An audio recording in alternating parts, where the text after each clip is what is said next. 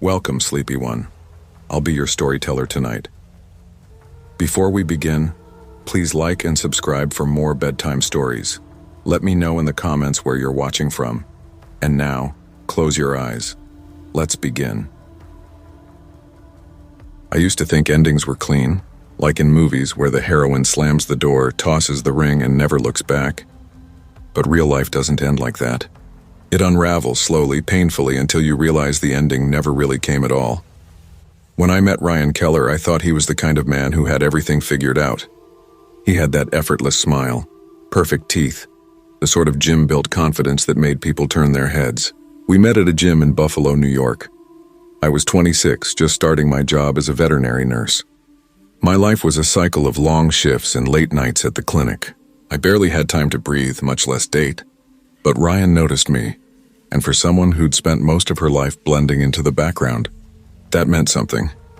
"Hey, you're the girl who always reads on the treadmill," he said one evening, grinning like he'd been waiting to say it. I laughed, cheeks warm. "It keeps me from watching the clock." That's how it began. A smile, a line, a little attention that felt like sunlight after years of gray. Soon he was offering me rides home, taking me out for greasy late-night pizza, texting me good morning before my alarm even went off. I mistook the thrill of being chosen for love. For a while, it felt real. He was funny, affectionate, charming, maybe a little protective.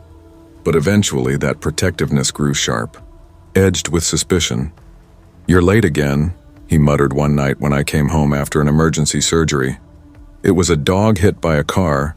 "Ryan, what did you want me to do, just leave?" "You always put animals before me," he snapped. "Always have." I brushed it off, told myself love took compromise. But the cracks widened. He'd sulk when I laughed at a coworker's joke. Accused me of flirting because my scrubs weren't baggy enough. The breaking point came over cheap takeout. Between bites of lo mein, he told me, without a flicker of guilt, that he'd slept with his sister's babysitter. He said it like he was mentioning the weather. I didn't scream, didn't throw anything. I just packed his clothes into trash bags, set them by his car, and told him to leave. He didn't argue. Not then. He just stood there, eyes dark, a strange smile curling his lips. "You'll regret this," he said softly. "You'll see I'm the only one who really cares about you." I didn't answer. I closed the door, leaned against it, and let the relief shake through me. A week later, I signed a lease on a 2-bedroom apartment on Hudson Street. It was small, the paint cracked, and the faucet dripped no matter how tight I turned it, but it allowed pets. Cooper, my Labrador, settled beside me like a guardian, and my cats Milo and Pumpkin claimed their corners. It wasn't perfect, but it was mine. For the first time in years, I could breathe. But freedom has its shadows, too.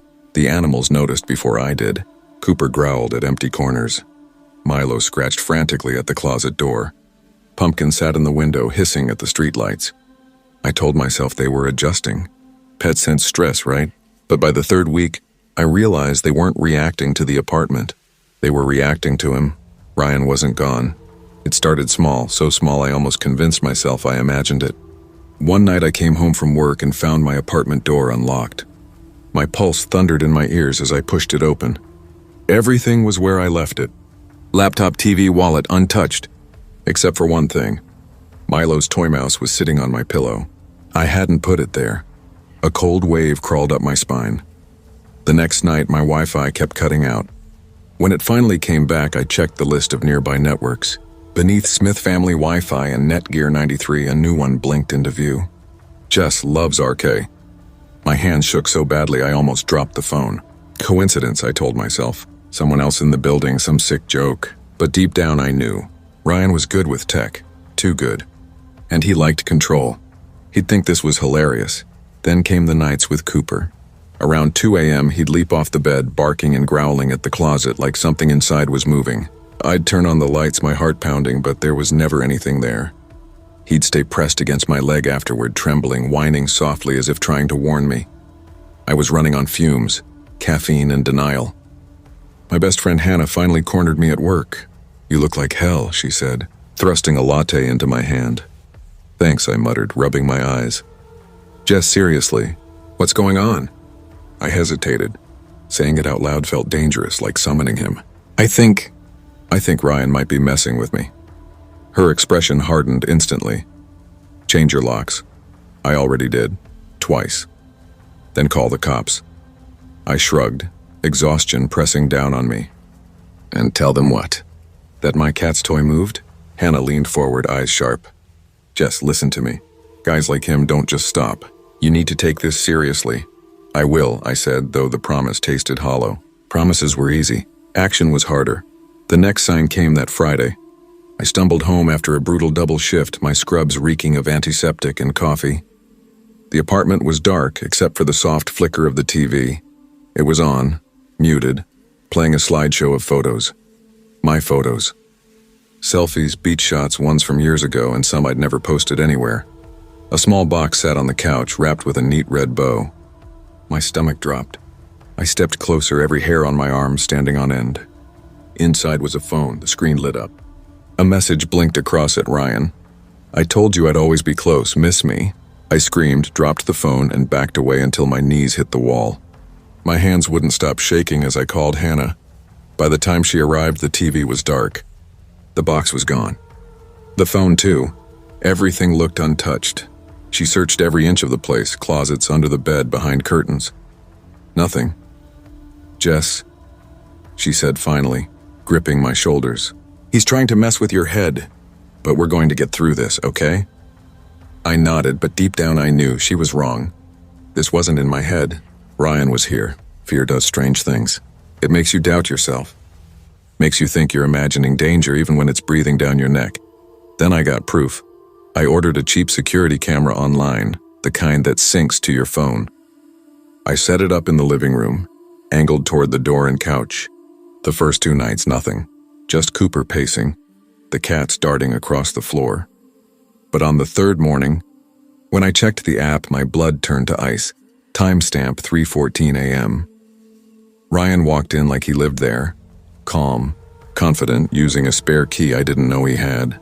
He crouched beside Cooper, whispering something that made my dog's tail wag uncertainly. Then he scooped up Milo, kissed his head, and looked straight into the camera. He smiled, winked, then peeled a piece of black tape from his pocket and covered the lens. I couldn't breathe. My fingers slipped on the phone screen as I called Hannah, voice breaking as I told her everything. She picked me up and drove straight to the police station. The officers watched the footage, their expressions grim. We'll add this to your report, one said.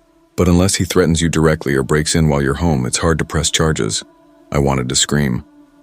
He did break in. He filmed me. He was inside my home. Wasn't that enough? That night I stayed at Hannah's. I couldn't step foot back in that apartment. But the next morning I had to return for Cooper and the cats. When we got there, the tape was gone. The place looked undisturbed. Ryan's number disconnected. It was like he'd vanished. But I could feel him circling. 2 days later, as I was leaving work, one of the receptionists smiled. Your boyfriend was here earlier, she said casually. Said he was picking you up. My throat went dry. I walked today. Outside, parked near the bus stop, sat Ryan's old Ford truck, engine rumbling. He grinned through the windshield, tapping the steering wheel. Jess, he shouted as I bolted toward Hannah's car. Jess, don't embarrass me like this. I slammed the door and locked it. Hannah's hands fumbled for the ignition. Go, I whispered, shaking so hard I could barely fasten my seatbelt. Please, just go. The final straw came in June. I came home from grocery shopping, juggling paper bags, and froze. A bouquet of roses sat on my doorstep, tied with a note. I still have your house key. Want me to prove it? My chest locked. I dropped the bags and burst inside. Every photo frame in the apartment had been replaced. My family pictures, vacation shots, clinic group photo, all swapped for images of me sleeping. Some close-ups, some grainy, some clearly from different nights. I didn't think. I grabbed Cooper, stuffed the cats into carriers, and ran. That night, I filed for an emergency restraining order. When police searched the apartment, they found 3 hidden cameras, one inside the bedroom vent, another in the smoke detector, and one wired into the bathroom light fixture. That was the breaking point. 2 weeks later, Ryan was arrested, not for me, but for breaking into another ex's home in Rochester. Same games, same pattern.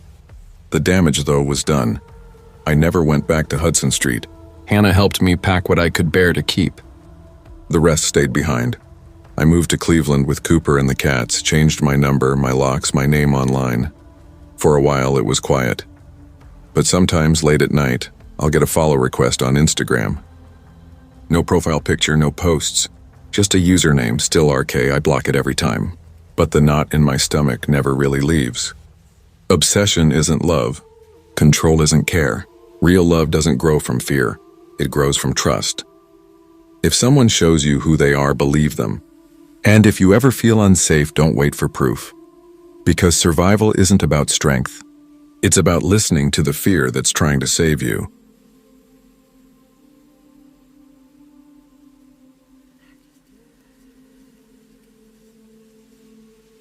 I was 36 when Angela, my wife, was killed by a drunk driver. 6 years of marriage, gone in a single rain-slicked second on a March night.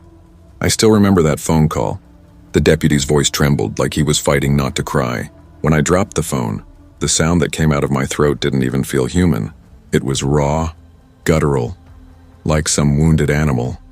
For months after, I didn't live so much as drift. Work, home, microwave dinners.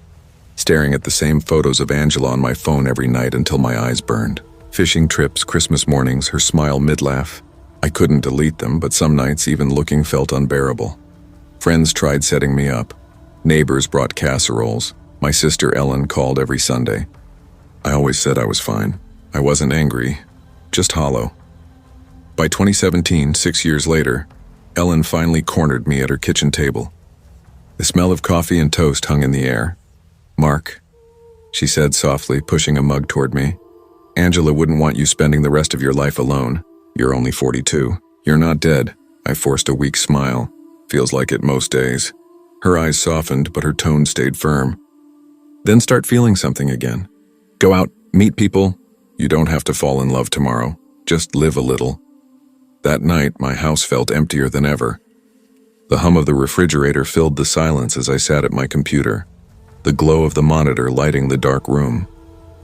My fingers hovered over the keyboard for almost half an hour before I finally typed, "Dating sites near me." That's how I found Heartlink.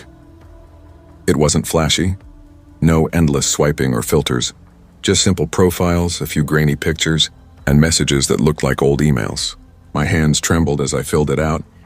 A few photos from fishing trips, one of me in front of my old Ford truck, and the truth. Widower. For weeks, nothing clicked. Dead-end conversations, half-hearted replies that fizzled out, until one night a message appeared from Sophie Lane. "Your smile seems genuine. That's rare." I must have stared at it for 5 full minutes before I replied. Her profile showed a brunette in her late 30s, smiling with a golden retriever beside her. Her bio was short, loved books, hiking, worked in retail. But her messages? They felt different, kind, real. She asked about Angela. When I told her the story, she didn't pity me. She just wrote, "Grief never really leaves us. I had a broken engagement once, different kind of loss. Same kind of ache. For the first time in years, someone understood. We talked about everything, her nightmare customers at work, my failed attempts at cooking, our favorite movies. I told her about the time Angela forgot to defrost the Thanksgiving turkey and tried to pass off takeout as homemade.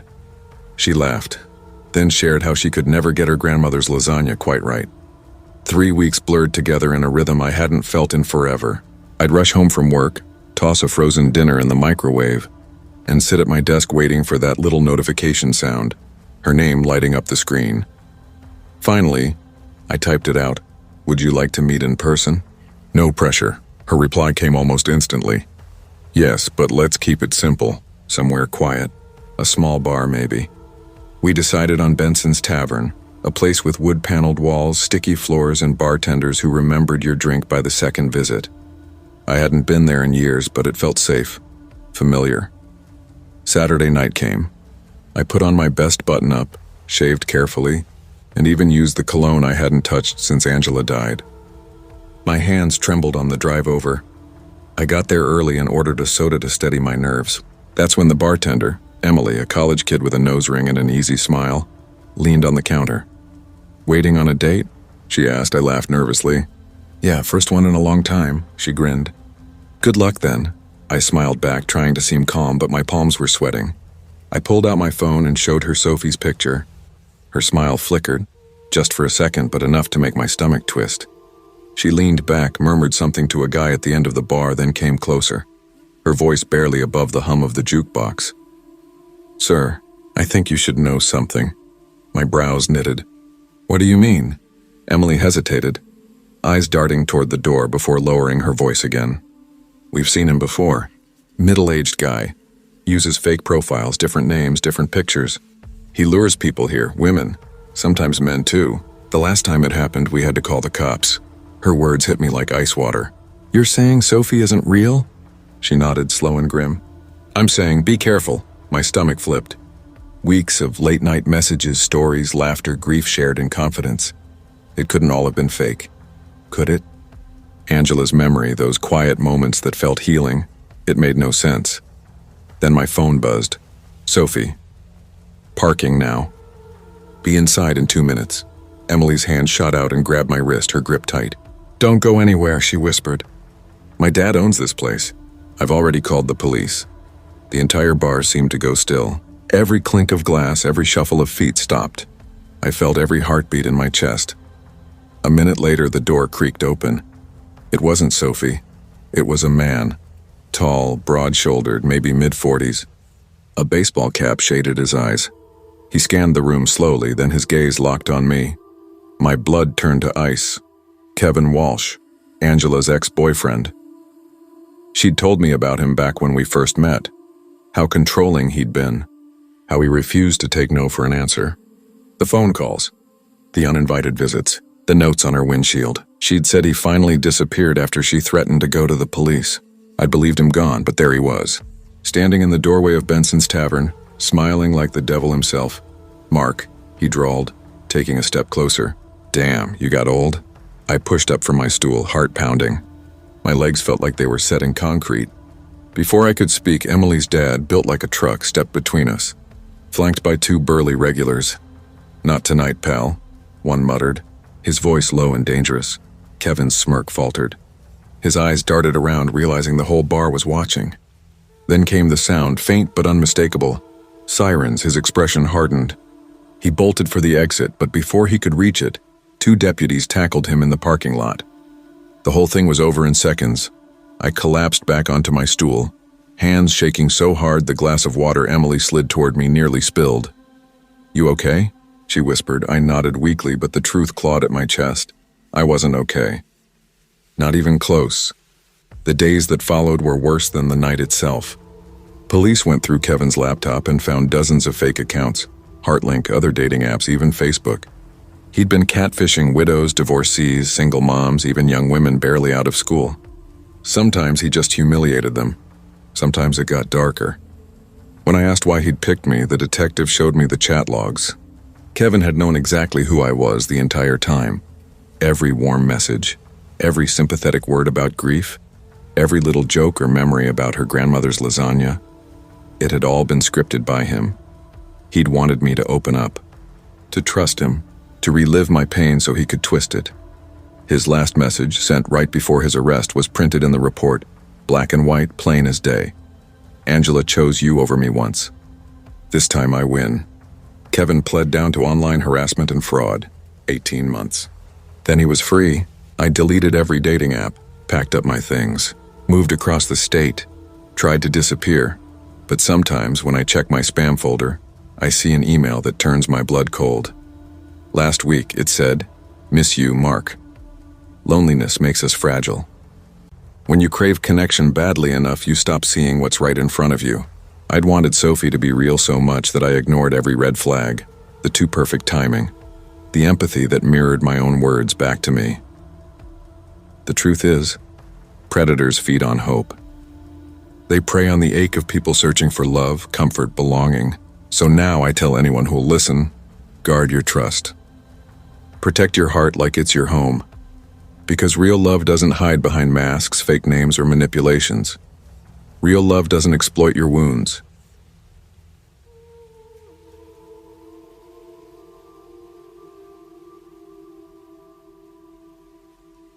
I never liked office parties. At 31, a mid-level project manager at a marketing firm in Chicago, I'd learned to perfect the art of polite invisibility. smiling just enough to seem friendly, speaking just enough to avoid questions.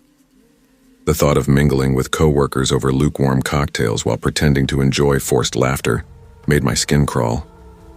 My personal life wasn't much better. 2 years earlier, my college girlfriend Anna had admitted she'd fallen for someone else.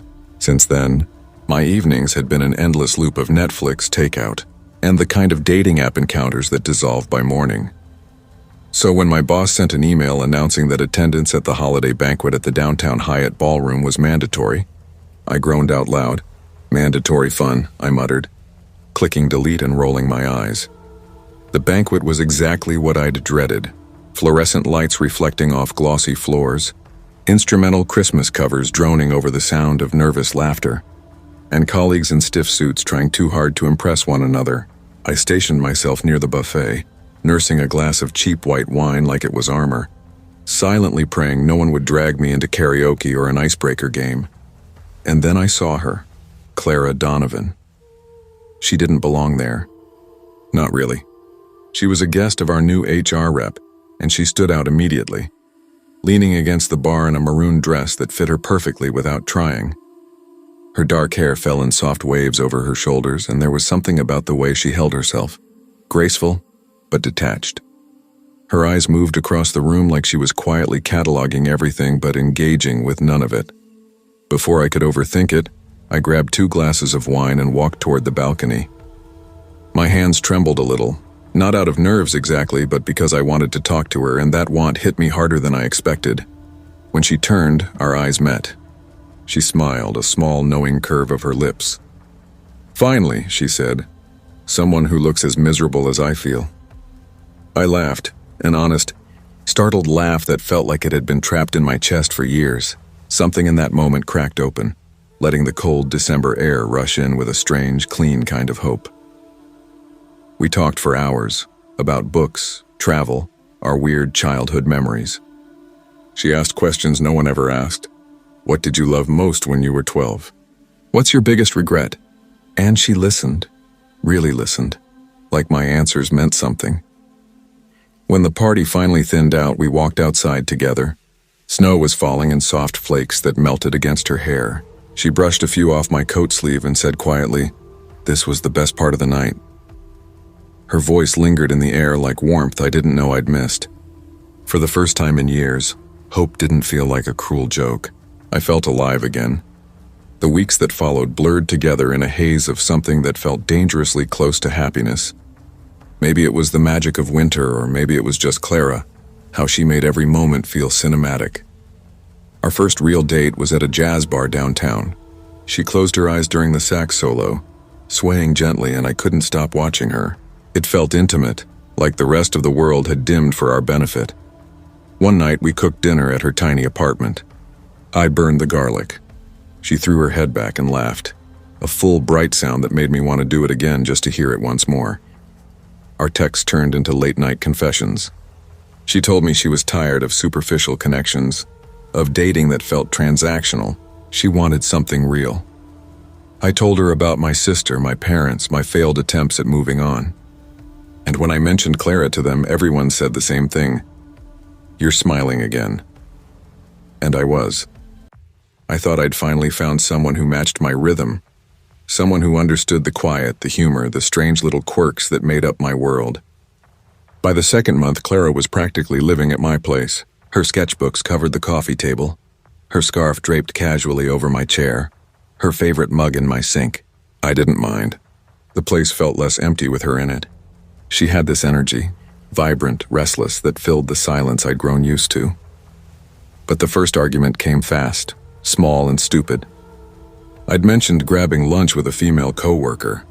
Clara froze mid-sip of her coffee, her lips tightening. "So, you take other women out now?" I blinked. "It's just lunch, Clara. We're going over campaign notes." Her eyes narrowed. "Do you think she's prettier than me?" No answer I gave could diffuse it. She spiraled into tears on my living room floor that night, her voice cracking as she whispered, "Every man leaves me. Promise you won't." And I did. I promised. I wish to God I hadn't. Jealousy became a slow-moving infection. If I stayed late at work, she demanded proof, photos of my desk, timestamps, video calls. She was convinced my best friend Kara was after me, even sent her messages. "Stay away from my man or you'll regret it." Kara showed me the texts, her expression grim. "This woman isn't stable," she said. "Please be careful." But I thought I could manage it. I told myself love was supposed to be patient, understanding.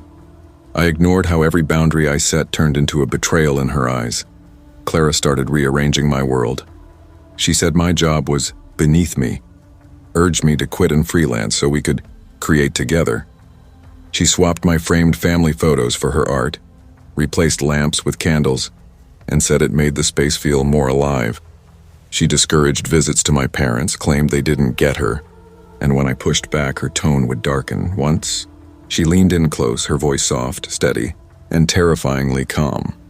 "If you ever tried to walk away," she whispered, "I'd make sure no one else could ever have you." I tried to laugh it off, but something in her eyes made the air feel heavy. By spring, the mask had cracked completely. At a rooftop office mixer, Clara insisted on coming along. She hovered near me, scanning the crowd, her stare locking onto every woman who so much as smiled in my direction. When my coworker Melissa complimented my tie, Clara leaned close and hissed, "She wants you. Don't lie." An hour later, in front of everyone, Clara accidentally spilled red wine all over Melissa's white blouse. She smiled through her apology, but her eyes never matched her words. That night, I told her it was over. She didn't cry, didn't yell, just stared at me, then let out a low, chilling laugh. "You think you can end this?" she said. "You're mine. I'll never let you go." The days that followed were pure hell. She texted from new numbers daily, pleading, raging, threatening. Flowers rotted on my doorstep, each with a note, "You'll come back." At 3 a.m., scratching at my door became routine. Once I peered through the peephole. She was standing there, smiling faintly, holding a knife like it was part of her. The police shrugged. "Unless she harms you, there's not much we can do." I stopped sleeping. My locks multiplied. My sanity thinned. Then one night I came home to find the door slightly ajar. Everything looked untouched except for my bed. On it lay a sketch. Me sleeping. Every detail exact, the folds of the blanket, the curve of my arm, the shadow where my jaw met the pillow. She'd been inside. Watching me, I moved the next week. Different city. New number. Deleted every account she could trace. For a while, it worked. 3 years later in Denver, I sat in a small cafe sipping a latte, enjoying the rare quiet of a morning with no ghosts. Then it happened, the feeling, that prickling sense of being watched. I looked up just in time to see a woman in a maroon coat slipping out the door. On my table sat a folded napkin. Inside were 4 words written in neat, familiar handwriting. "First dates never end." My hands went cold. The shadow of her obsession still follows me, even now. I know somewhere she's waiting, patient, watching, convinced that love means possession. True love respects boundaries. Obsession doesn't. Pay attention to the early signs: control, jealousy, manipulation. Protect your space, your mind, your peace. Love should make you feel free, not trapped. Recognizing toxicity early can save years of fear, and maybe your life.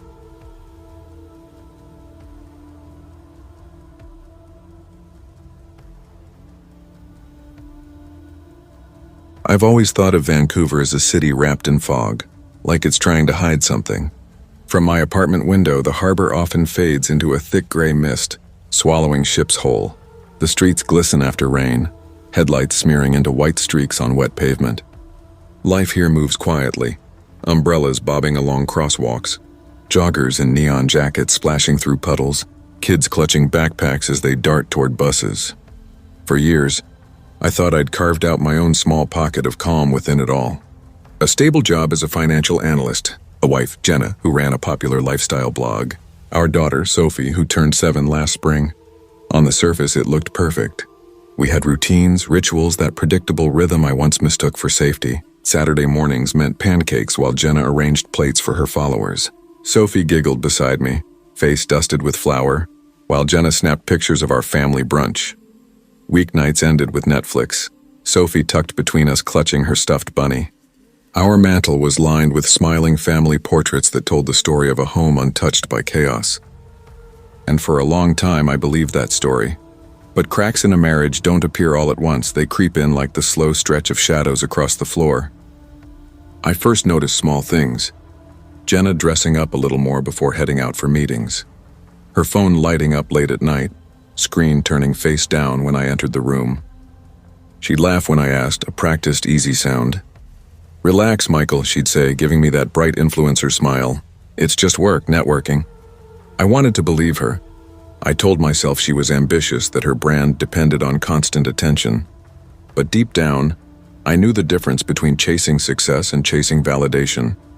Then came the silences, the kind that hum in the space between two people who used to talk about everything.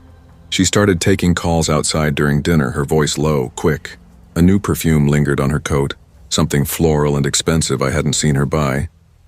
When I asked how her night was, she'd smile without meeting my eyes. "It was fine," she'd say. Gone were her long, animated recaps of brand deals and coffee catch-ups. Her stories shrank, became vague, until entire evenings passed with barely a handful of words between us. Our laughter dulled. The bed felt colder. One rainy Thursday I came home early. My umbrella dripped onto the carpet as I stepped inside. The apartment smelled faintly of vanilla candles, her favorite. On the counter, her laptop glowed softly. I didn't mean to look, but the message popped up before I could turn away. "Can't wait to see you tonight." A heart emoji followed. It wasn't the kind of message you send a colleague. My chest went tight. For a second, I thought about hurling the laptop across the room. Instead, I just stared until the words blurred. That night, she hummed as she tucked Sophie into bed, cheeks faintly flushed, eyes soft. She turned to me with casual ease. "You're quiet tonight." "Long day," I said. My throat felt like sandpaper. She smiled, kissed my cheek, and went to brush her hair. That was the night the fog crept inside me and never left. Suspicion doesn't scream. It whispers. It eats at you quietly. You start replaying every laugh, every late return, every vague excuse. I began noticing patterns. Her networking dinners always fell on Tuesdays and Fridays. The same nights. Sometimes she wouldn't come home until after midnight. Rideshare receipts appeared in our joint email for places she'd never mentioned. Downtown hotels, upscale restaurants. Once, flowers arrived for her. White lilies. No card attached. Their sweetness filled the apartment like an accusation. Then one Sunday, Sophie tugged at my sleeve, clutching her stuffed rabbit. "Daddy," she whispered. "Mommy said she's meeting someone special tonight." My stomach dropped. "What do you mean, sweetheart?" "She said she has to look pretty for him." I smiled weakly, told myself she must have misunderstood, but I already knew better. The paranoia settled in. I started leaving the office early, pretending to work from home. Some evenings I'd sit in my car across the street watching our building. Once I followed her, 2 cars back, headlights off. Rain hit the windshield in silver threads. She stepped out of an Uber in front of a sleek downtown high-rise, laughing as she walked beside a tall man in a dark coat. His hand rested on her lower back, familiar, possessive. My fingers dug into the steering wheel until my palms hurt. She disappeared inside, swallowed by the lobby's golden light. I didn't follow. I just sat there while the rain softened and the city lights blurred through tears I didn't notice falling. Hours later, she slipped into bed smelling of wine and perfume. No words. Just the sound of her breathing steady beside me while I lay wide awake, staring at the ceiling. The next morning I tried. My hands shook as I set down my coffee. "Jenna, who's Oliver?" She froze mid-sip, eyes flicking up to mine. Then slowly she smiled, a small, patronizing curve. "Oliver? You're being paranoid, Michael. You really need to relax." The way she said it, dismissive, almost amused, lit something ugly in me. But I didn't argue. I swallowed it, the same way I had for months. Instead, I started keeping records. Screenshots of her rideshare receipts, notes on what time she left when she came back. I even kept a small notebook hidden in my desk drawer filled with times, dates, places. Each page felt like a confession. Each line a thread of truth pulling tighter around my chest. It made me feel insane, like one of those men who draw red strings across a wall, connecting meaningless dots. But the more I wrote, the more undeniable it became. My wife was living a life that didn't include me. Then one afternoon I saw it, a dark car idling near Sophie's school pickup zone. The same car. The same man in the driver's seat week after week. My stomach dropped. Was that him? Was that Oliver? Or was I just seeing ghosts in the fog? I couldn't tell anymore if I was protecting my family or losing my mind. The silence started eating me alive. Sophie deserved better than a father unraveling in secret. It was a Friday night, rain tapping against the windows, that soft Vancouver rhythm I used to find comforting. Sophie was asleep, her gentle breath steady through the baby monitor. Jenna sat in the living room scrolling on her phone, a half-finished glass of red wine on the coffee table. I stood in the doorway, my hands trembling. I know you're seeing someone else. She didn't even look up. Michael. Not this again. I've seen the messages, the flowers, the dinners. I followed you, my voice cracked. I saw you go into that condo downtown, with him. That made her pause. Her eyes lifted, calm, cold. And what? She said flatly. You think you can stop me? The air left my lungs. Jenna, we have a daughter. How could you do this? She sighed, her tone sharp, almost bored. I need more than this life, Michael. More than routines and spreadsheets. You're trapped. I refuse to be. Before I could speak again, I heard movement down the hall. A figure stepped out from the shadows. He was taller than I'd imagined, broad-shouldered, exuding that smug confidence that fills a room before he even speaks. Oliver. He smirked. Looks like the husband finally figured it out. My throat closed. You're in my house, my voice shook. Get out. He took a step closer. Or what? I grabbed the first thing I saw, Sophie's stuffed rabbit, from the couch, holding it against my chest like a shield.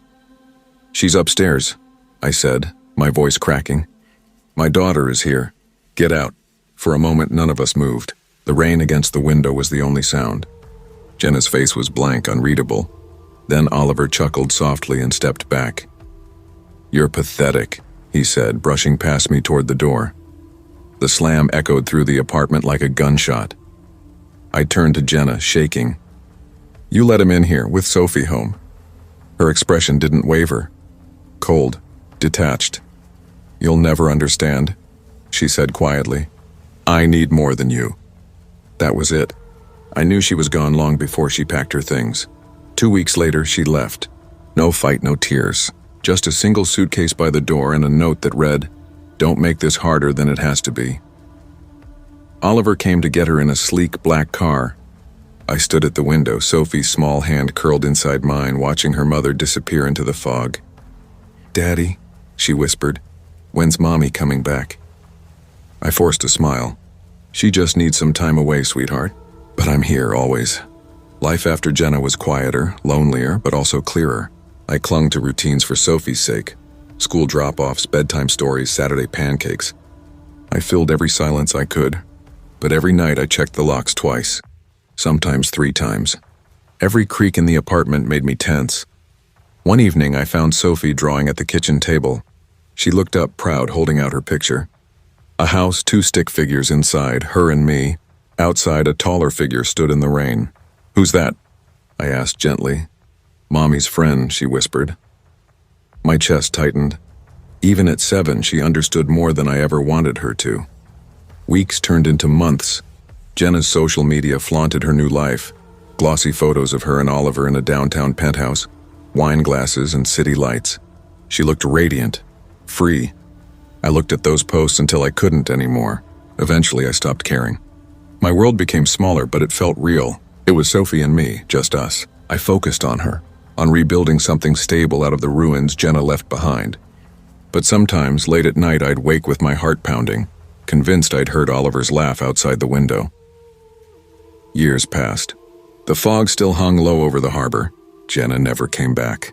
Oliver faded into the background. New ventures, new women. The kind of man who leaves wreckage without looking back. Sophie grew up strong, thoughtful. She stopped asking about her mother after a while, though sometimes I'd catch her staring out the window, eyes distant, as if waiting for someone she barely remembered. As for me, I rebuilt slowly. I learned to cook real meals, to braid her hair, to celebrate quiet mornings that didn't end in arguments, but the scar never faded. Betrayal doesn't just break you, it rewires the way you see the world. Every night I still triple-check the locks, Not because I think Oliver will return, but because I know now how fragile safety truly is. Trust never fully heals. You just learn to live around the cracks. And when the fog rolls in from the harbor, blurring the city lights, I remind myself, sometimes the greatest danger isn't a stranger lurking in the shadows. It's the person who promised to love you, quietly opening the door to let the danger in.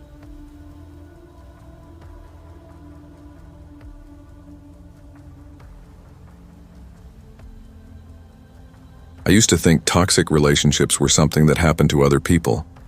The women you read about in online confessionals, or the ones your mom warns you about over coffee. I thought I was too grounded, too aware, too independent to ever fall into that trap. But the truth is, red flags don't look like red flags when you're desperate to feel seen. It was July 2017, in the thick heat of a Chicago summer, when my best friend dragged me to a rooftop party in Fulton Market. I was 24, a junior PR assistant drowning in deadlines and rent payments, pretending I had adulthood figured out. The air smelled like beer and asphalt, the skyline glowing in neon reflections. For once, I let myself stop caring. That's when I saw him, Ethan Blake. Tall, athletic, with an easy grin that made you feel like you'd known him forever. He handed me a drink like it had been waiting for me. "New here?" I asked, trying to sound casual. "Just moved from Seattle," he said, his voice smooth. "Needed a fresh start. Messy breakup. We talked for hours about nothing, about everything." The world below us blurred into noise. When the night ended, he walked me to my car, hands in his pockets like he belonged there. By the time I got home, he'd already texted, "Tonight was the best I've had in years. You're different, Maddie. Don't disappear." The whirlwind began immediately. Morning text before I opened my eyes. Coffee dropped off at my office with notes to my favorite girl. Late night calls that stretched until sunrise. For the first time in months, I felt seen. "You're the only one who gets me," he whispered one night, his arm heavy around my waist. And I believed him. God, I wanted to believe him. But the shine wore off faster than I expected. It started with my clothes. "That skirt makes you look cheap, babe. Why not wear the blue dress I like?" Then came my friends. "Lily's jealous," he'd say. "You're too good for people like her." I laughed it off. Love means compromise, I told myself. But when my childhood friend Michael came to visit, something in Ethan shifted. Michael hugged me at the bar, a casual, harmless hello, and Ethan's face darkened. "You think I'm stupid?" he hissed later that night. "You think I didn't see the way he looked at you?" My phone buzzed nonstop after I got home. 10 messages. Then 20. By the end of the hour, 37. They swung between "I love you, don't leave me, and if you ever talk to him again, you'll regret it." That should have been my cue to run. But instead, I told myself he was just passionate, just scared. I didn't realize fear could rot into obsession. By September, he had a copy of my apartment key. I never gave it to him. He must have made one when I lent him mine to grab groceries. One night, I came home to find my living room rearranged. The couch angled toward the window. Books stacked neatly on the table. "Made it better," he said with a shrug, like it was normal. I laughed, but a cold unease crawled up my spine. He started showing up outside my office unannounced. "Just wanted to see you." He'd grin through the glass. "Sunday dinners with my parents stopped." "They don't care about you like I do," he'd say. "They don't understand what we have." It was gradual, the isolation, subtle. But by the time I realized how far gone I was, I had no one left to call. And then the mask slipped. One night, after I refused to quit my job like he demanded, his expression hardened. "You're ungrateful," he spat. I stood my ground and he slapped me. The sound cracked through the room. My hand flew to my cheek as tears burned my eyes. He just smirked. "Relax, baby. You make me crazy. You don't want to make me crazier, right?" I cried until morning. And then, as if the night had been erased, he showed up with flowers. Kissed my forehead. Whispered, "I'm sorry. It'll never happen again," and I wanted to believe him. Needed to. But the apologies were followed by threats. He showed me screenshots of old Facebook messages, stupid college stuff about trying drugs, a shaky video of me stealing a bottle of wine as a freshman. Little things I'd forgotten. Things he could destroy me with. And he knew it. "What would your boss think if he saw this?" he said, smirking as he waved my old messages in my face. The threat was casual, almost playful, but the meaning was razor sharp. My stomach twisted. Every day, the invisible chains tightened a little more until I could barely breathe without wondering how he'd react. By November, I had reached my limit. I started planning in secret, packing small bags when he was out squirreling away cash in the lining of my winter coat, inventing excuses to stay late at work. I thought I was being careful, but Ethan always seemed to know when something changed. That night, the knock came just after 10. Through the peephole, I saw a delivery driver holding a bouquet. My heart fluttered nervously. I hadn't ordered flowers, but maybe. I opened the door an inch and Ethan shoved his way inside. The door slammed shut behind him, the lock clicking like a verdict. "If I can't have you," he said flatly, eyes cold, "nobody will." My blood turned to ice. Then he showed me cameras, one hidden inside the smoke detector, another tucked behind the vent. "I've watched you sleep," he said, grinning like it was a punchline. "I know everything you do when you're alone." I couldn't breathe. For a second I thought I might faint, but survival instincts kicked in. "Ethan," I said softly, forcing calm into my voice, "you're scaring me. Let's just talk, okay? I'll make you a drink." He leaned back on the counter, arms crossed. "This better not be poison, Maddie." I smiled weakly, walked to the kitchen and crushed the leftover painkillers from my wisdom teeth surgery into a glass of whiskey.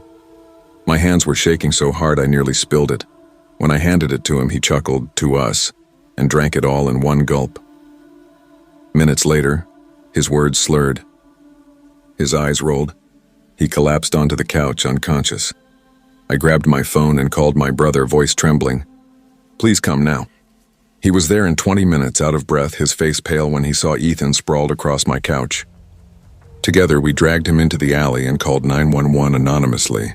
I remember standing there in the cold, my hands still trembling as the sirens approached, feeling both sick and free. The police took him away that night. Trespassing, stalking, unlawful surveillance. For the first time in months, I could breathe again, but peace doesn't last. Ethan's lawyer was slick, too slick.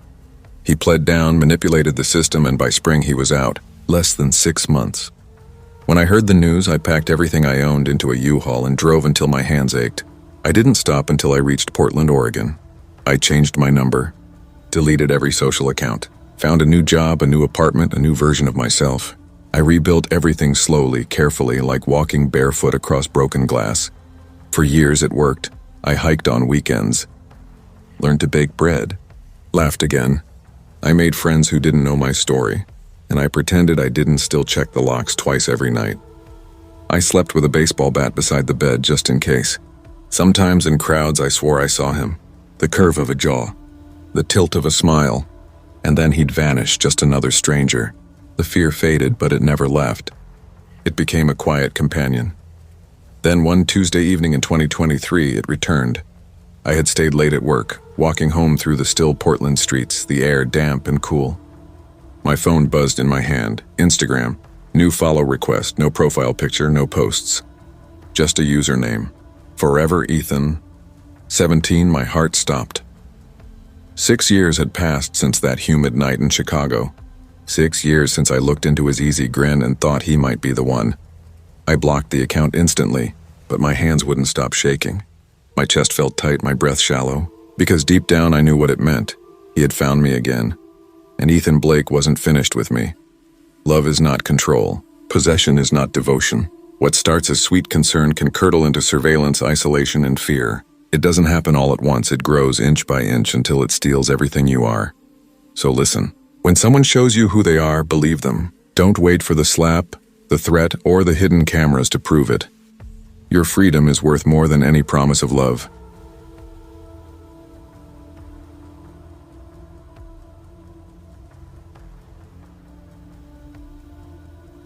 I've always believed Edinburgh in winter was a city built to keep its secrets. The stone buildings don't just stand, they brood, ancient and watchful. When the fog rolls in from the North Sea, the world shrinks until you can barely see your own breath. Our townhouse sat on one of those narrow closes where gas lamps threw long, trembling shadows across the cobblestones. It was beautiful, yes, but it carried a heaviness, as if every brick remembered something it refused to tell. My name's Eric Lawson, architect, perfectionist. I've spent my life chasing precision, measured lines, right angles, certainty. Rachel, my wife, was my perfect opposite. Warmth where I was cool, color where I was gray. A curator for a small art gallery who could light up a room without even meaning to. For 10 years, that contrast worked. I built the walls. She filled them with life. But lately, the air between us had changed. It started subtly, like a hairline crack running through plaster. Rachel began taking evening classes, photography, painting, even a short story workshop. She said she needed fresh inspiration for her exhibits, needed to stay close to the creative pulse. I believed her, encouraged it even. But soon she was gone more than she was home. One night I asked, "You stayed late again?" "You never tell me what those classes actually are." She smiled without meeting my eyes. "It's private, darling. You know how artists are." Something in the way she said it, smooth, rehearsed, hit me wrong. Not just evasive, dismissive.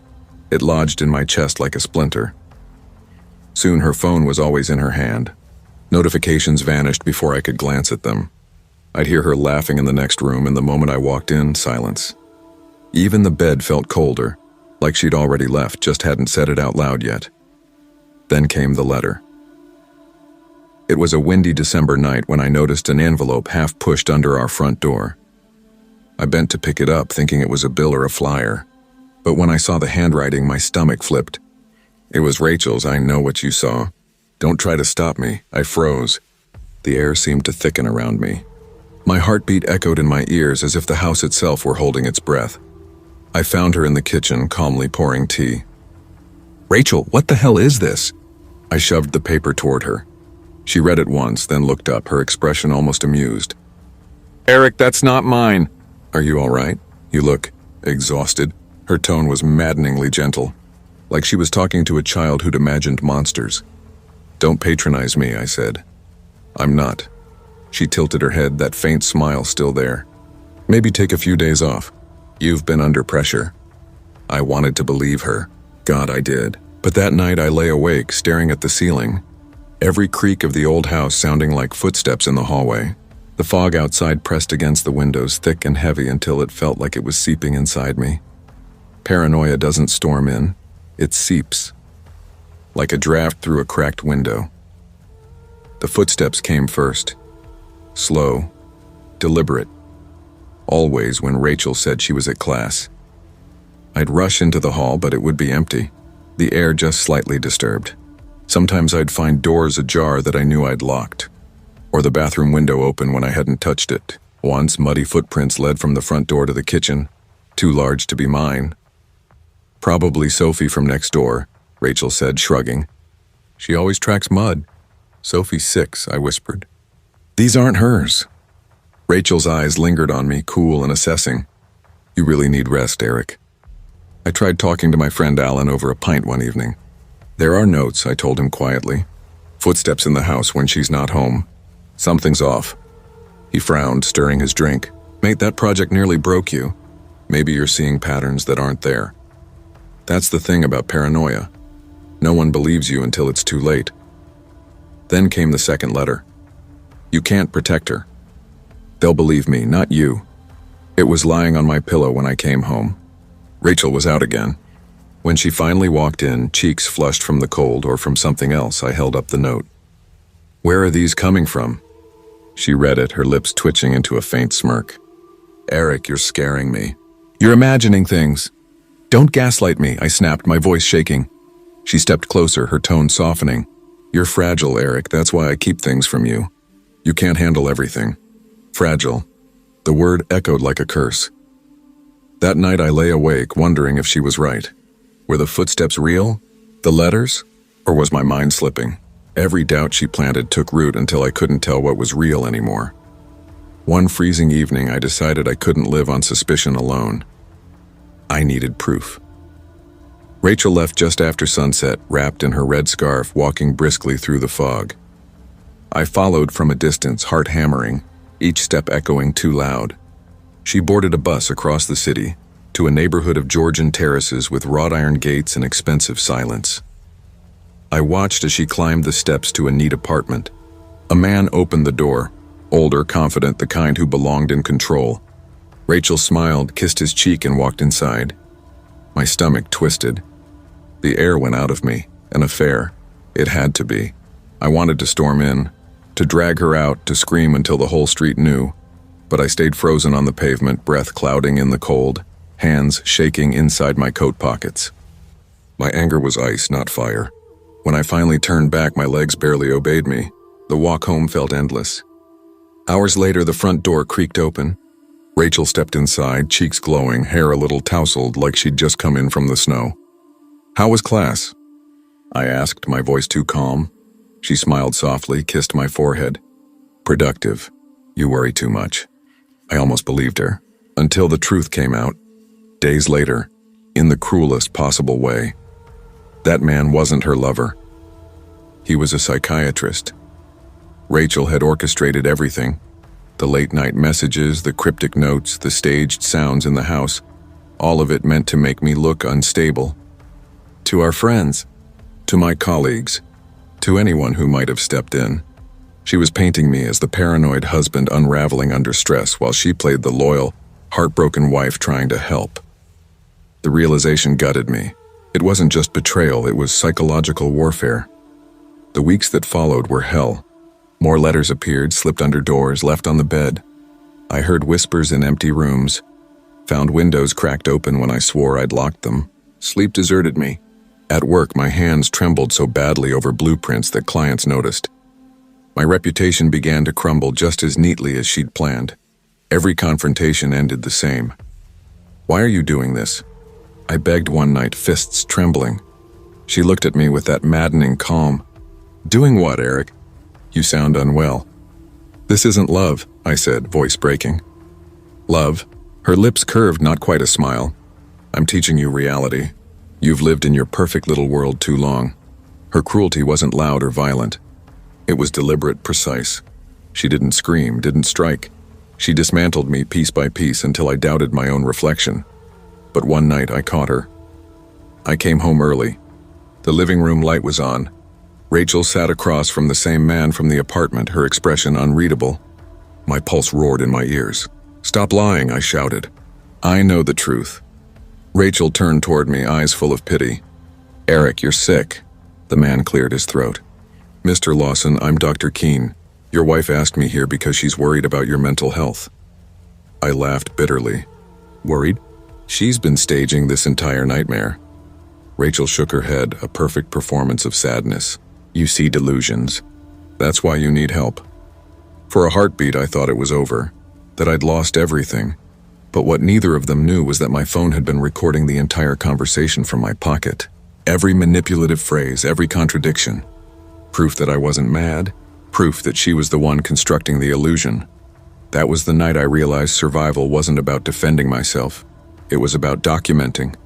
Piece by piece, the way she'd documented my collapse. I started keeping files, notes, recordings. My own architectural blueprint of truth. Weeks later, Rachel left. Suitcase in hand, she didn't even look back. "I need time," she said, "to rethink this marriage." Time, I knew what that meant. She'd lost control of the narrative. My recordings had given me leverage, enough to keep her from dragging my name through every dinner party in Edinburgh.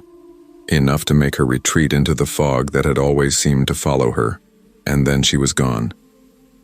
The townhouse felt hollow. Every creak sounded like deceit, every shadow like a memory of her voice. I learned to move quietly, to check every lock twice, sometimes 3 times. I learned to listen differently, not for ghosts, but for lies. Eventually, people drifted back into my life. Friends apologized for doubting me. I smiled, told them it was all behind me. But inside, something fundamental had shifted. Betrayal doesn't always come with passion or violence. Sometimes it wears the face of love, moving carefully, patiently, until you can't tell whether you're being cared for or destroyed. Years passed. I rebuilt my life. Work returned. I even laughed again. But trust became something precious and rare, a currency I could no longer spend freely. And on fog-heavy nights when I walk those narrow Edinburgh lanes, I still glance up at the glowing windows, each one hiding its own quiet play of love and manipulation. And I can't help wondering which of those homes holds someone learning, right now, what it feels like to be rewritten by the person they trusted most.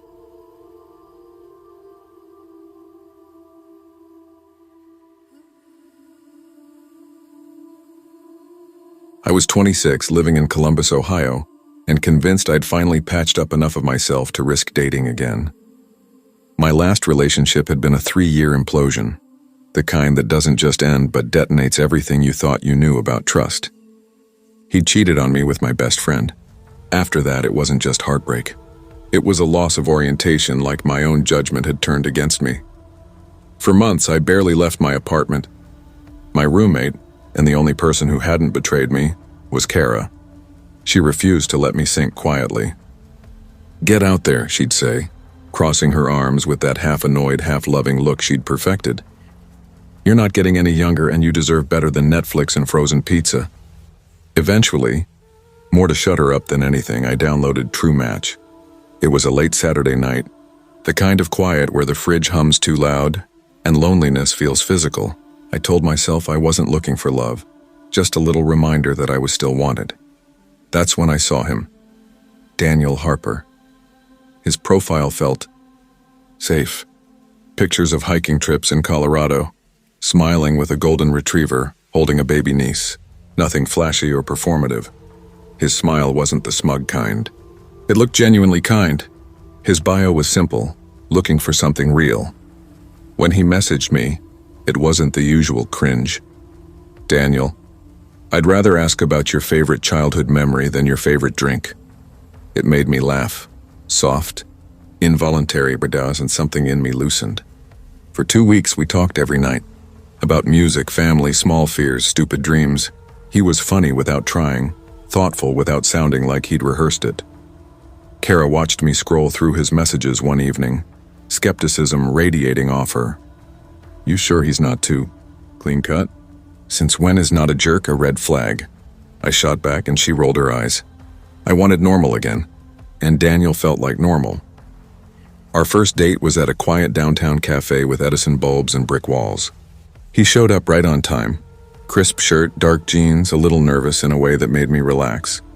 He asked about my job in marketing, my family, my obsession with 80s movie soundtracks. He actually listened. He remembered details.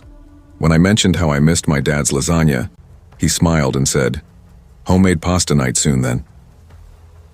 When he walked me to my car, there was no awkward pressure, no overconfident lean-in, just a soft smile.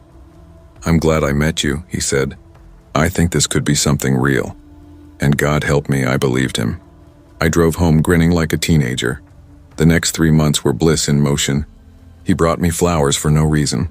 Not the gas station kind, but hand-picked bunches from the weekend market. He cooked for me while jazz played low in the background, his kitchen smelling of garlic and warmth. He even once showed up at my office with a homemade lunch, charming my coworkers so easily it was like he'd always belonged there. Kara warned me it was too perfect.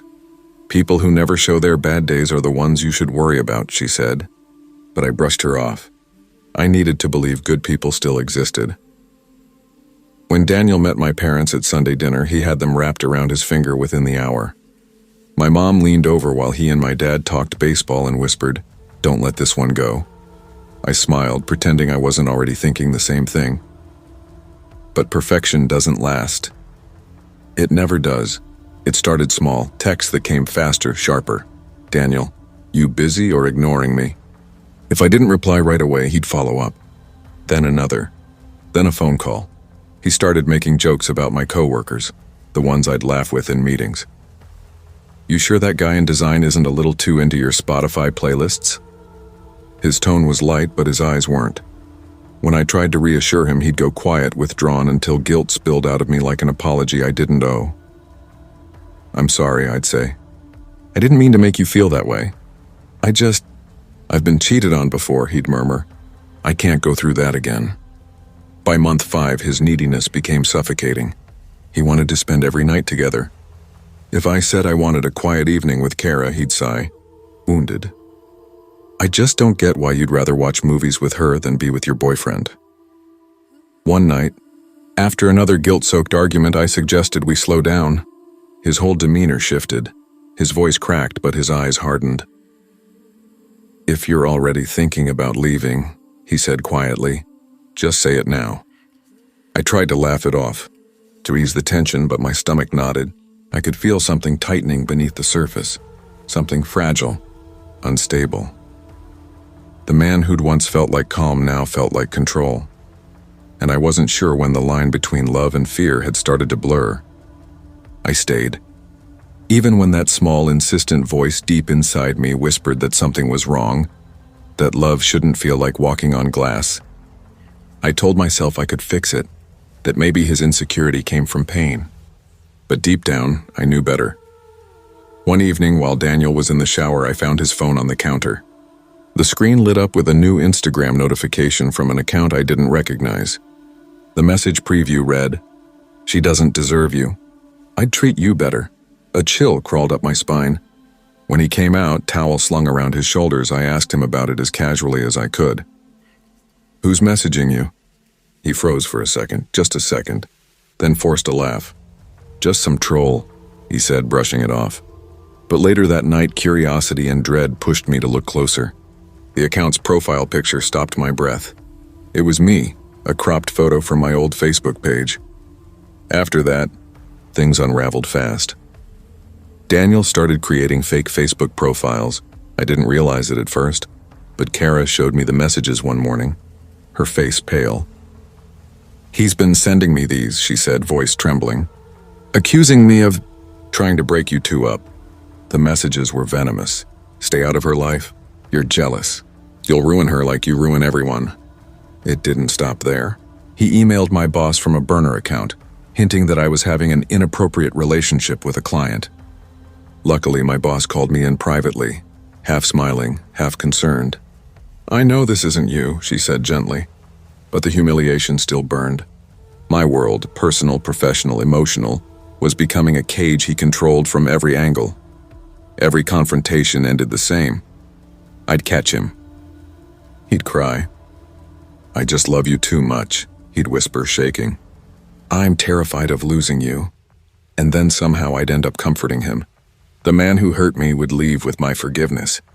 He'd built a trap out of pity, and I kept walking into it.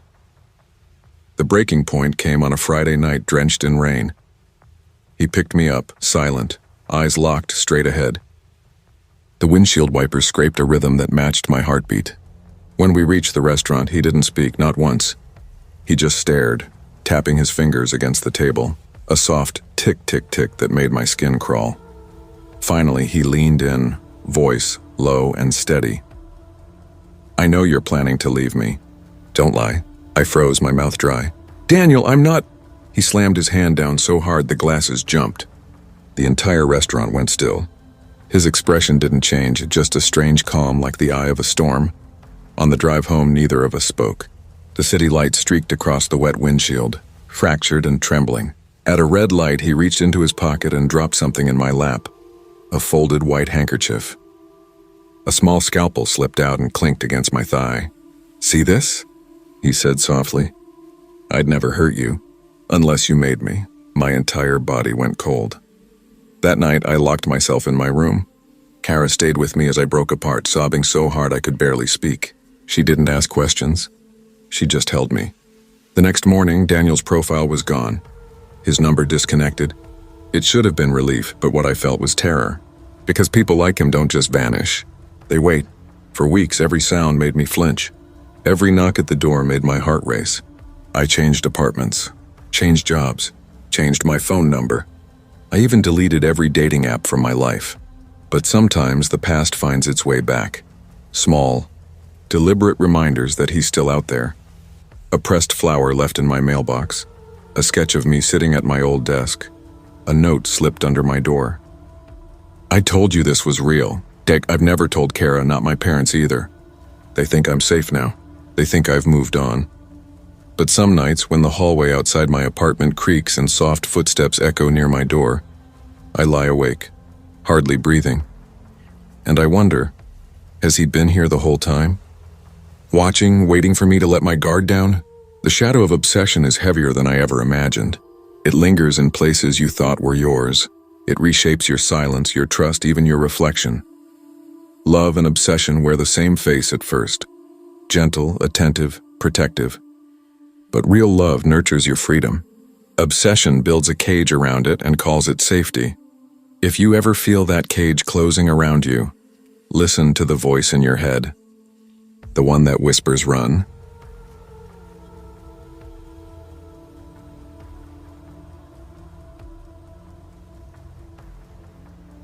They say you never forget the moment you meet someone who changes your life forever. I used to think that meant love, destiny, something cinematic. But no one tells you that forever can also mean the kind of change you spend years trying to undo. It was October 2014, Phoenix, Arizona. I was 25, wasting my days inside a gray cubicle at a logistics firm, humming fluorescent lights, paper dust, and the soft hum of printers that never seemed to stop. My life felt like a loop. Coffee, spreadsheets, traffic, sleep. Repeat.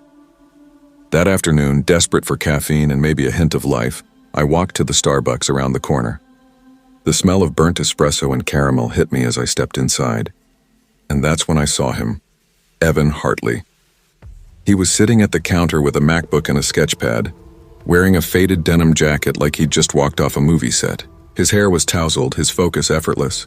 When I ordered my usual caramel latte, he looked up and grinned. "That's not coffee," he said. "That's syrup pretending to be caffeine." I laughed despite myself. It gets me through 8 hours of spreadsheets.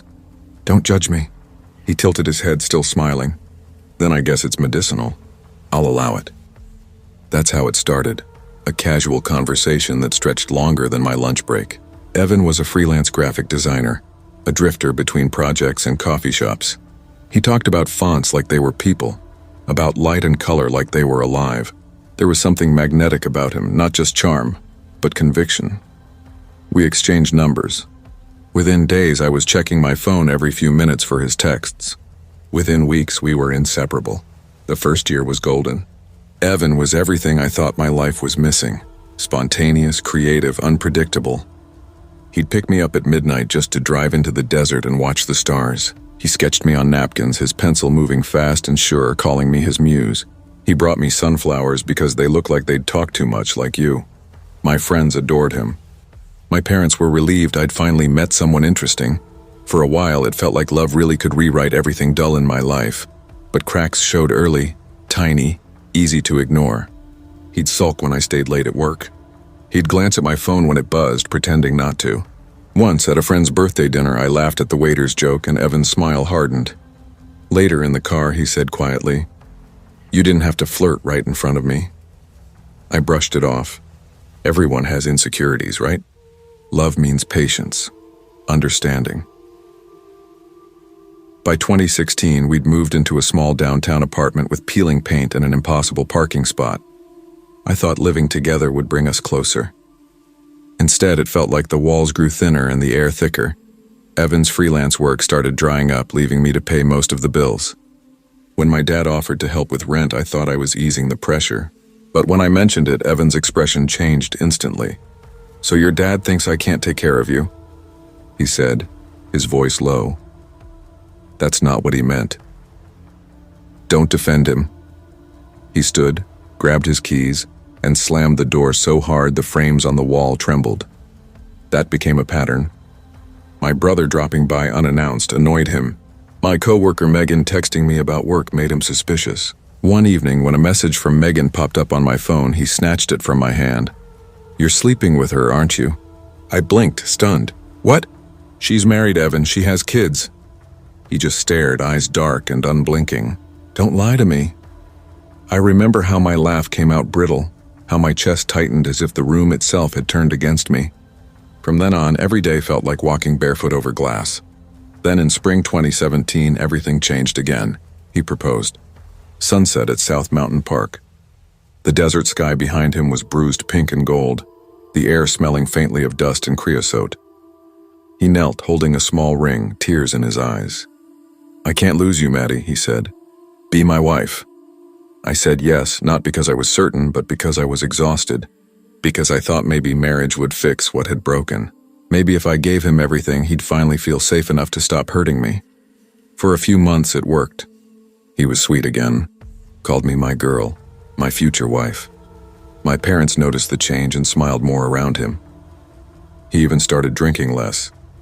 But as the wedding approached, the darkness crept back. When my dad suggested a prenup, "Just to protect both of you," he said gently. Evan's face went white, then red. "So your family thinks I'm a gold digger now?" he shouted. "That's what they think of me?" I tried to calm him, but he was already gone. He disappeared for 2 days. When he finally showed up, he was drunk, eyes swollen from crying. "I'm sorry," he whispered, holding me. "You're all I have." And like always, I forgave him. I didn't realize then that forgiveness was his favorite tool. The cheating began quietly, subtle enough to make me question my own instincts. Late-night client meetings, unfamiliar perfumes, a stray hair on the passenger seat that wasn't mine. Once I found a receipt in his jacket pocket, a lingerie store size small. I hadn't bought anything like that in months. One night I told myself I was just going to tidy up. Instead, I found myself scrolling through his phone, heart hammering, knowing full well that what I was about to see would change everything. When I opened his laptop, the truth was sitting right there, glowing under the cold light of the screen. Messages, dozens of them. At least 3 different women. One was our neighbor, the one who always waved in the parking lot. Another was a babysitter he'd once driven home after work. Each message was intimate practice, dripping with familiarity. My stomach twisted so violently I thought I might be sick. When I confronted him, I expected denial, tears, some pathetic attempt at an excuse. Instead, he just shrugged like it was nothing. "They mean nothing," he said casually. "You're the one I'm marrying." I stared at him, shaking, the engagement ring on my finger suddenly feeling like a handcuff. "You don't get to say that," I whispered. Then I pulled the ring off and threw it at him. "We're done, Evan." Something in his expression shifted. The warmth drained out of his face, replaced by something empty and cold. His jaw tightened, his eyes narrowed just slightly, and then he smiled. "You think you can leave me?" he murmured. "You think it's that easy?" That was the moment I realized leaving Evan wouldn't just be hard. It would be dangerous. He refused to move out, claimed his name was on the lease, that I couldn't just kick him out of his own home. I started sleeping at friends' apartments, living out of a suitcase, avoiding mine whenever I could. But Evan was everywhere, always a step behind me.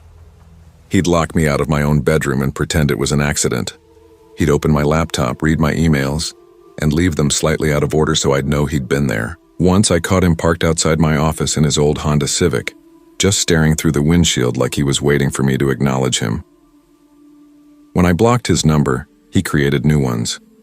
Then came fake social media accounts, versions of me that weren't me.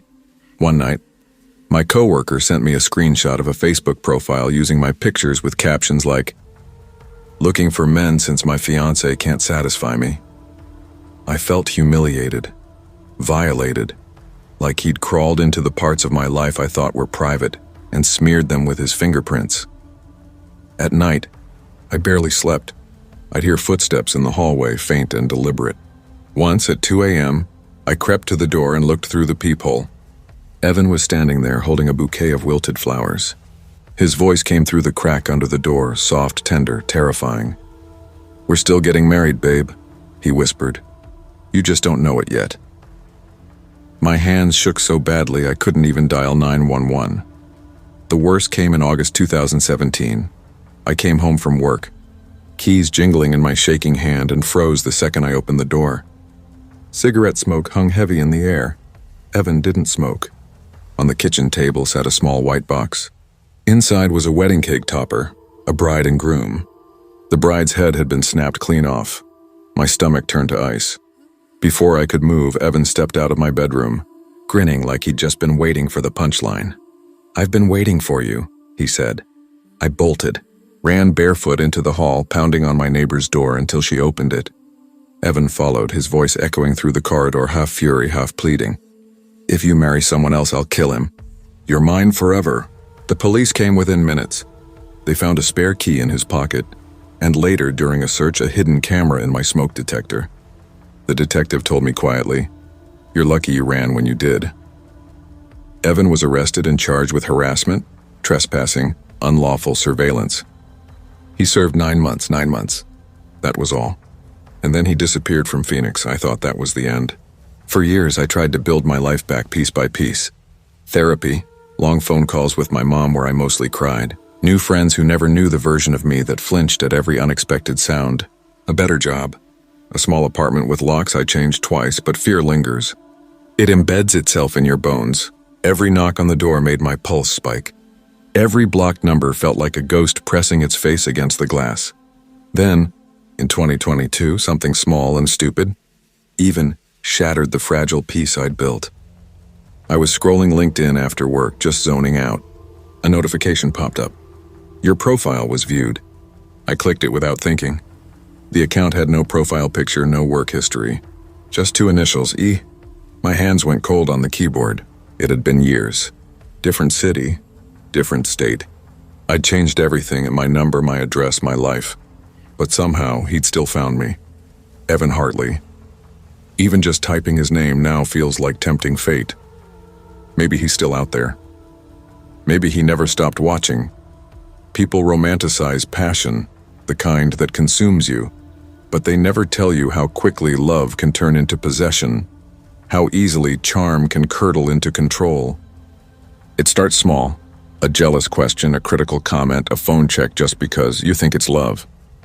You think it means they care, but love doesn't cage you. It doesn't make you shrink.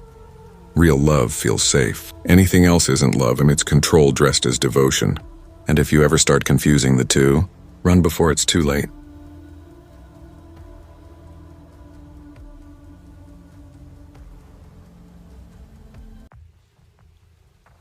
I was 27 when I finally left Derek and moved to Riverside, California.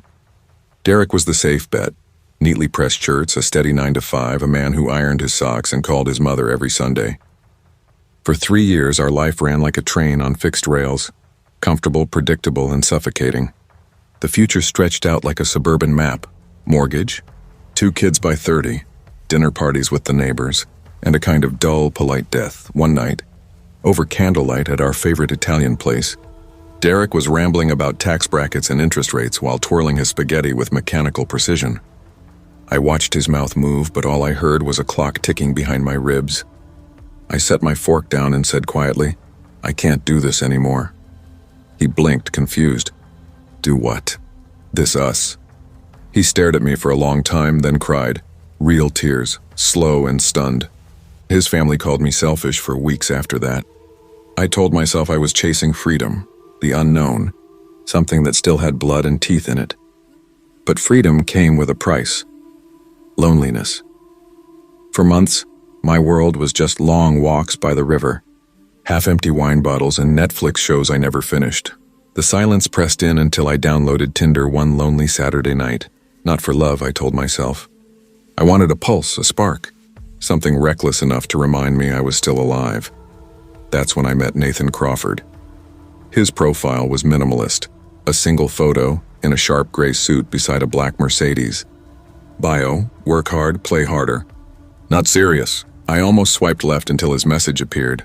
Red is your color. I froze.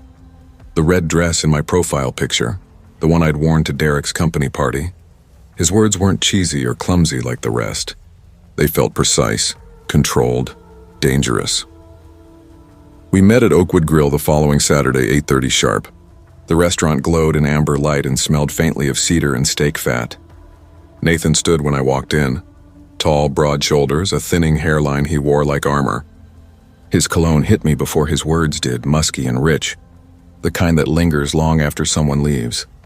"Pictures don't do you justice," he said, eyes steady on me. He ordered without asking, steak, lobster, champagne. I should have been annoyed, but instead I found myself flattered.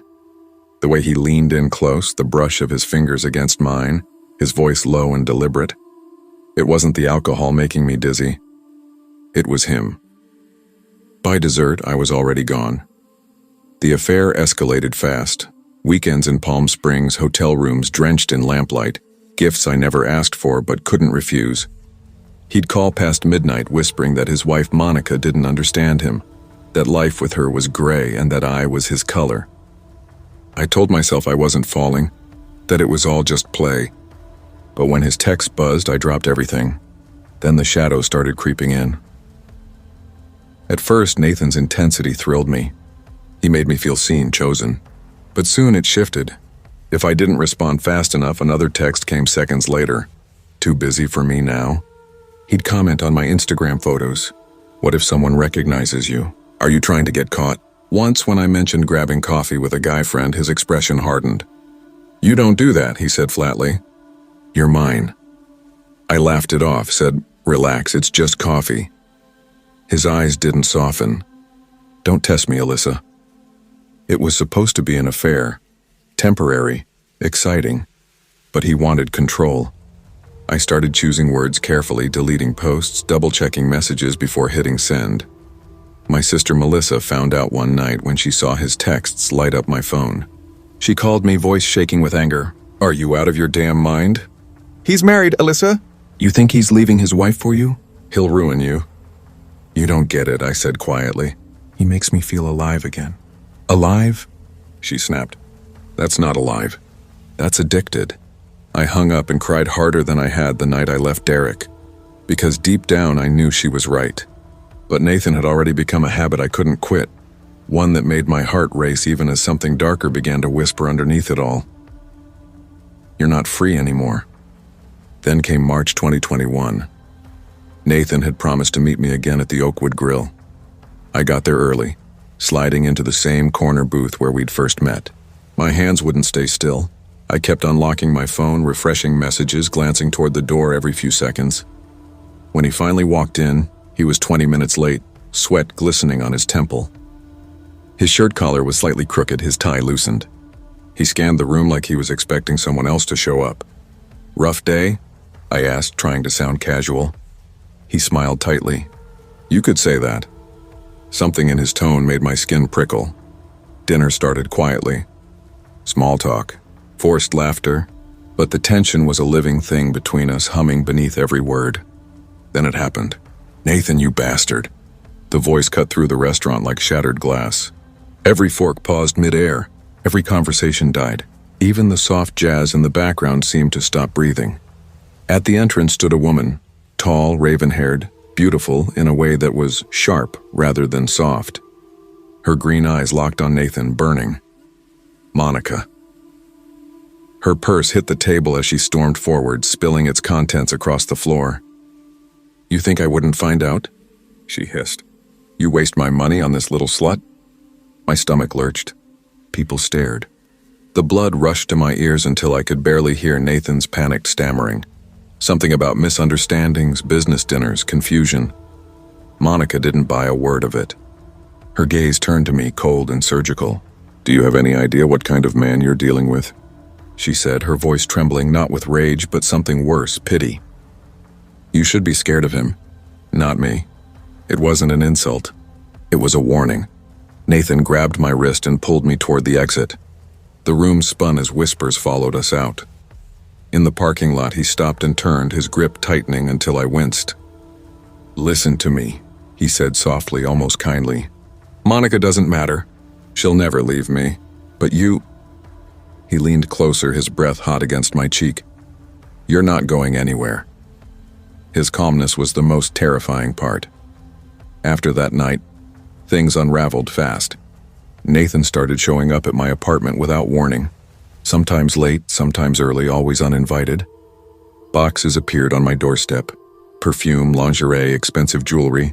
Notes written in his looping script. For my girl. They weren't gifts. They were claims. When I texted him to stop, he replied minutes later, If you walk away, I'll make sure no one ever touches you again. Ever. I blocked his number. The next day, another text came from a different number. Then another.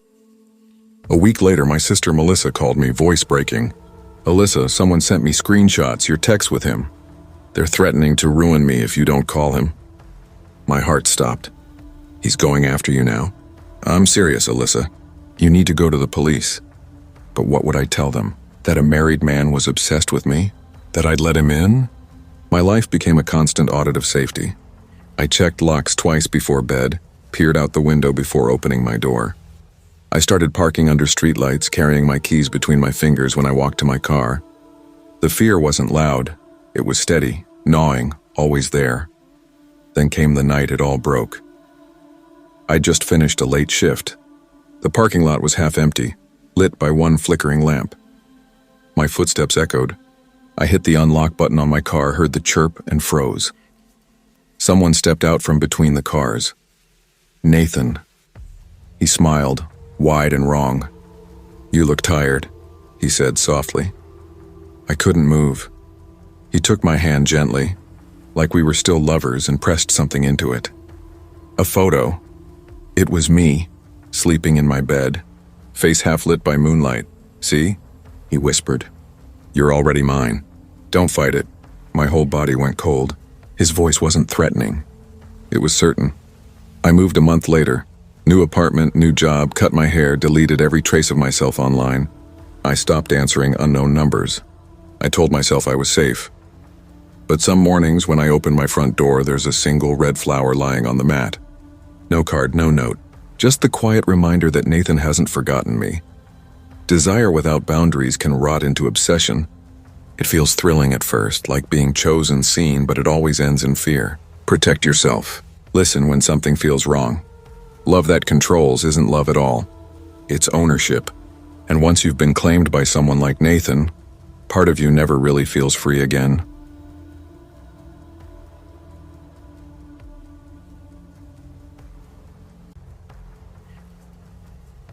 Grief has a way of folding time in on itself. Some mornings in Pinehurst, Vermont, I'd wake expecting to hear Luke outside leaning on the horn of his beat-up Honda Civic yelling, "Get your lazy ass up, man. We've got practice!" I'd smile for half a second before remembering it was spring 2010 now and Luke was gone. No matter how hard I tried to keep moving, every street, every rusted mailbox, every pine-lined corner of our quiet town carried his ghost like a stain that wouldn't wash out. Luke and I had been inseparable since grade school. I was the cautious one, the guy who double-checked every assignment, who kept both hands on the wheel even in the school parking lot. Luke was everything I wasn't. Reckless, magnetic, grinning like the world was his to dare. We balanced each other out. He'd push. I'd pull. That was the rhythm. Until the rhythm stopped on a cold, rain-slicked night last November when Luke's car lost control and hit a tree. The police said it was simple. Too fast, too wet, maybe distracted. He died on impact. But I couldn't shake the weight sitting on my chest. Because that night Luke and I had fought.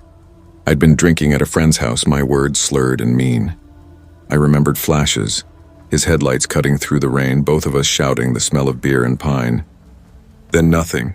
Just waking up in my bed, dry clothes, pounding head, and Luke, dead. Everyone said he'd been alone in the car, but my mind kept showing me something else. My hands on the wheel, my voice yelling. The flash of his face when the tires lost grip. I told myself I couldn't confess. His parents didn't deserve that. So I buried it, or tried to. By March, life had limped forward. I stocked shelves at the hardware store, smiled when I had to, pretended to care about graduation. But nights were a different world. Nights were when the phone rang. The first time I thought it was a glitch. My phone buzzed at 10:07 p.m. The screen lit up with a name that froze me. Luke. His number had been disconnected for months. Hands shaking, I answered. Only static. I hung up, pulse racing, telling myself it was a cruel joke, someone spoofing his number. But the calls kept coming. Every night. Always late. Always that same hollow static. And then, his voice. "You have to tell the truth." I dropped the phone. My heart slammed in my chest. I tried to rationalize it, stress, exhaustion, grief twisting into hallucination. But the next day there was a voicemail waiting. When I hit play, my knees almost gave out. It was Luke. His tone, his cadence, even the way he dragged out my name when he was annoyed. At first I laughed. Okay, this is messed up, I told myself out loud.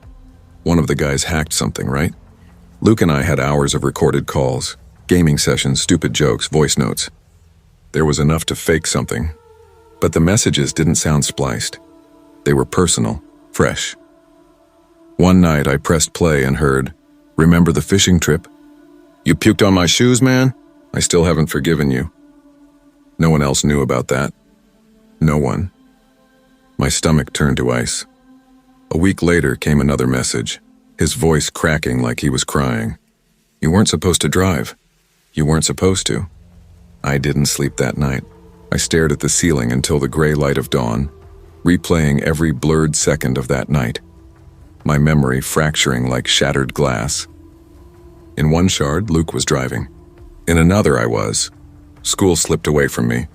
Teachers pulled me aside. "You okay, Darren?" They'd ask. I'd nod, lie through my teeth. At work, I fumbled everything. Messed up orders, dropped boxes, nearly crushed a customer under a ladder. My mom thought I was still grieving. "It's normal," she said softly. "It takes time." But it wasn't grief anymore. It was guilt eating me alive. Every night the phone rang, the voice sharper, more desperate. "You have to tell the truth, Darren. You owe me."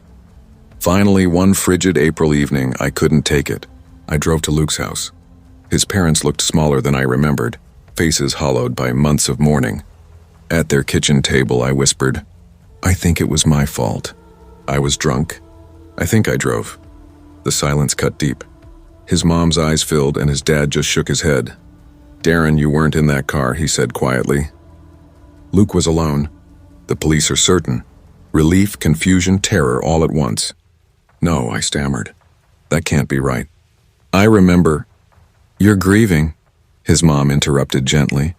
"Your mind's confused. Don't punish yourself, sweetheart." But the phone didn't care about reports or pity. That night it rang again, louder, clearer, colder. Luke's voice haunted me, demanding, accusing, and I started to wonder if maybe I wasn't imagining it after all. Sleep had become a stranger. Most nights I sat in my dark room, phone in my lap, waiting for it to ring. I dreaded it, but I couldn't resist. When it finally buzzed, I'd answer on the first ring, desperate to hear him even as it tore me apart. One night the voice whispered, "Why'd you let me drive alone? Why didn't you stop me?" "I tried," I shouted into the phone, voice cracking. "I told you not to go, But the line went dead before I could finish. The next day I drove out to the crash site, a lonely stretch of road slick with spring rain. I stood beside the tree that had ended his life, mud swallowing my shoes, and tried to remember. The night came back in fragments, the fight, the headlights, Luke's face tense with frustration. But the harder I focused, the less I trusted what I saw. Had I imagined being in the car? Had my guilt warped everything into a lie I could live with? I started carrying my phone everywhere, even into the shower, terrified I'd miss another call. My mom noticed the shadows under my eyes, how I jumped at every sound. One morning her voice trembled as she touched my cheek. "You're scaring me, honey." "I'm fine," I lied automatically. But I wasn't fine. I was unraveling, piece by piece. Then one night I replayed a voicemail I'd ignored earlier in class. Luke's voice was calm this time, steady, almost tired. "You keep forgetting, Darren. You weren't there. But you know who was?" The line went dead again. I stared at the phone until my vision blurred. Someone else. Who? I tore through my memories, searching for anything I'd missed. Luke had argued with me that night, yes. But hadn't he also fought with someone else at the party? Someone whose face slipped through my mind like smoke? My guilt began to twist into something colder. Fear. By late April, the calls felt intentional, almost choreographed. Like Luke, or whatever was left of him, was guiding me. One night, just after midnight, I got another message. The voice was urgent, breaking apart between words. "Check the glove box, Darren." I left it there. "You'll see the truth." I froze. The car had been totaled months ago, sitting in some impound lot like a crumpled memory. But the message, it felt real. The next day, I tracked down the lot, begged the manager to let me look. He hesitated, eyeing me warily, then finally sighed. 5 minutes, he said. The Civic was a ruin. Twisted metal, shattered glass, a smell of oil and rain-soaked rubber. My chest ached at the sight. I reached for the glove box. It hung half open, papers stuffed inside. Beneath the registration, I found a small tape recorder. My hands shook as I pressed play. Static. Then Luke's voice. Not a ghost. Not a hallucination, real. "If something happens to me, it won't be an accident. It's Mason, he's been threatening me since the party. Said he'd make me regret humiliating him. If I die, tell the truth." The world tilted. My knees gave out and I sank into the dirt. Mason, I hadn't thought of him in months. He'd been at the party, drunk, furious after losing a fight with Luke. The calls weren't delusions. They were breadcrumbs, Luke's way of leading me to what he'd left behind. He hadn't haunted me out of anger. He'd been asking for help. Tears blurred my eyes as I clutched the recorder to my chest. Confronting Mason wasn't some dramatic showdown. It was 2 people in a diner booth, the tape recorder between us, the hum of the coffee maker filling the silence. My hands trembled as I hit play. Luke's voice filled the air, sharp and undeniable. Mason's face went pale. He stammered, tried to deny it, but the fear in his eyes said everything. I didn't need a confession, I just needed the truth out. I took it straight to the police. The investigation was messy, slow, painful. But in the end, the truth surfaced. Mason had chased Luke that night, furious after their fight, forcing him off the road. My mind had rewritten the memory to protect me, twisting guilt into false responsibility. It had been easier to see myself as the villain than face the idea that my best friend's death was someone else's cruelty. When the case closed and Mason was taken away, I went back to that road one last time.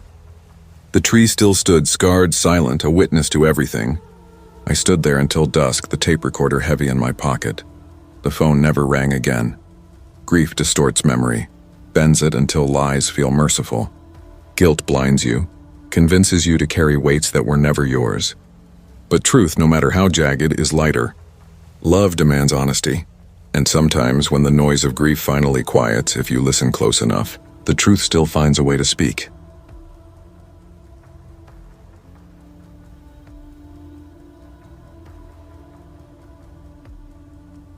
I used to think life in Brookfield, Minnesota was as predictable as the seasons. Summers were sticky and loud with mosquitoes. Fall came crisp and quiet, smelling faintly of burning leaves. Winters stretched endlessly, and spring always felt like a half-hearted apology for all that cold. Nothing ever really changed here. People grew up, got steady jobs, raised families, and died in the same neighborhoods their parents had. I was 16 in the fall of 2021, and like most kids my age, I felt invisible. I wasn't a cheerleader, didn't date football players, and wasn't the kind of girl people noticed in the hallway. My hair was usually tied back, my jeans faded at the knees, and my sneakers scuffed from too many shifts at the coffee shop downtown. If it weren't for my best friend, Kayla, I probably would have vanished completely into the background. Kayla was everything I wasn't: loud, confident, the kind of girl who made people look twice. She always had someone texting her, always some new story to tell. One afternoon, she looked at me over a caramel latte and said, "Brew, you've got to live a little. Download one of those dating apps. You're not going to meet your soulmate waiting tables." I laughed it off for weeks. But one night, lying in bed scrolling through TikTok while Mom worked her overnight shift at the hospital and Dad snored down the hall, the silence in the house got heavy. Out of boredom or loneliness, I opened the App Store, typed dating, and downloaded True Match. Most of the guys who messaged me were older or just plain creepy, profiles that screamed run. Then there was Tyler Reeves, 17, lived in Fairhaven, one town over. His picture showed him with a golden retriever beside a beat-up Honda Civic. His smile looked genuine, like he wasn't trying too hard. His bio read, "Just looking for someone real. Tired of games." His first message hit differently. "You have kind eyes." Most people don't notice small things like that. I do. No one had ever said anything like that to me. I stared at the screen for a long time before typing, "Thanks. That's nice." That was the beginning. Tyler wasn't like the others. He asked about my favorite books, about Cooper, our old family dog, and my dream of becoming a vet someday. He remembered everything. When I said my mom was working nights, he'd ask the next day how she was holding up. When I mentioned Kayla, he remembered her name. "You're different," I told him once, "and so are you," he texted back. For the first time in my life, I felt seen. For weeks, we talked every day. He wasn't pushy. He didn't send weird pictures or pressure me to meet up. When I rambled about AP Bio, he actually listened. "I like that you care about something," he wrote once. The first time we met in person felt like an accident. One rainy night in late September, my ride home from the coffee shop canceled. I stood under the awning, rain soaking through my sneakers, when my phone buzzed. "Need a ride?" "I'm nearby." I hesitated. Mom's voice echoed in my head. "Never get in cars with boys you meet online." But then a silver Honda Civic pulled up, headlights slicing through the rain. Tyler leaned over with a shy smile, holding out an umbrella. I got in. We ended up in a diner parking lot, splitting milkshakes, music low, windows fogged. He didn't touch me, not even my hand. He just laughed when I told him about spilling coffee on a customer earlier. "I think he's the nicest guy I've ever met," I told Kayla the next day. But little things started to bother me. Tyler would ask who I was texting. If I didn't reply fast enough, he'd send, "Guess I don't matter," Bet you're talking to some football guy. When I said I was doing homework, he'd shoot back, homework doesn't take 45 minutes. Don't lie. I brushed it off. He was just insecure, I told myself. He liked me too much, that's all. But his intensity grew. The first real crack in the fantasy came at a house party. Kayla had begged me to go, promising it'd be a girls' night. Tyler offered to drive us, but I said no. We need a break from boys, I told him, laughing. He didn't laugh back. Halfway through the night, my phone started vibrating over and over again on the table. 27 messages from Tyler. Where are you? Who are you with? Send me a picture right now. Answer me or I'm coming there. My chest tightened. Kayla saw my face go pale. Is that him again? She asked over the music. I nodded, locking my phone and shoving it into my pocket. Ignore him, she said, trying to pull me toward the dance floor.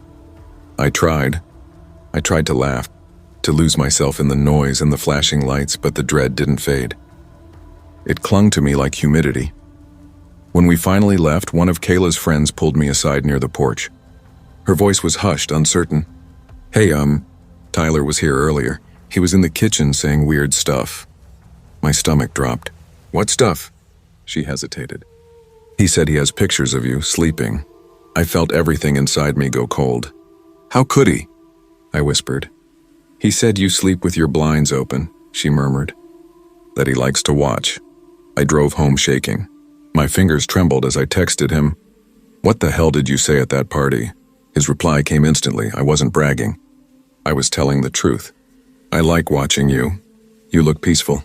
Don't freak out. I just wanted to feel close to you. I stared at the screen, every word slicing deeper. Then I blocked him. That was supposed to be the end of it. But around 2 a.m, I woke up to a soft, deliberate tapping on my window. My heart hammered as I pulled back the curtain and froze. Tyler was standing in the yard, rain dripping from his hoodie, hands shoved into his pockets, staring straight up at me. I screamed. Dad burst into my room and ran outside, yelling, but by the time he got there, Tyler was gone. The weeks that followed blurred together in fear. Tyler made fake Instagram accounts to message me. You can't block love. He called from random numbers, pretending to be classmates. You think you're too good for me?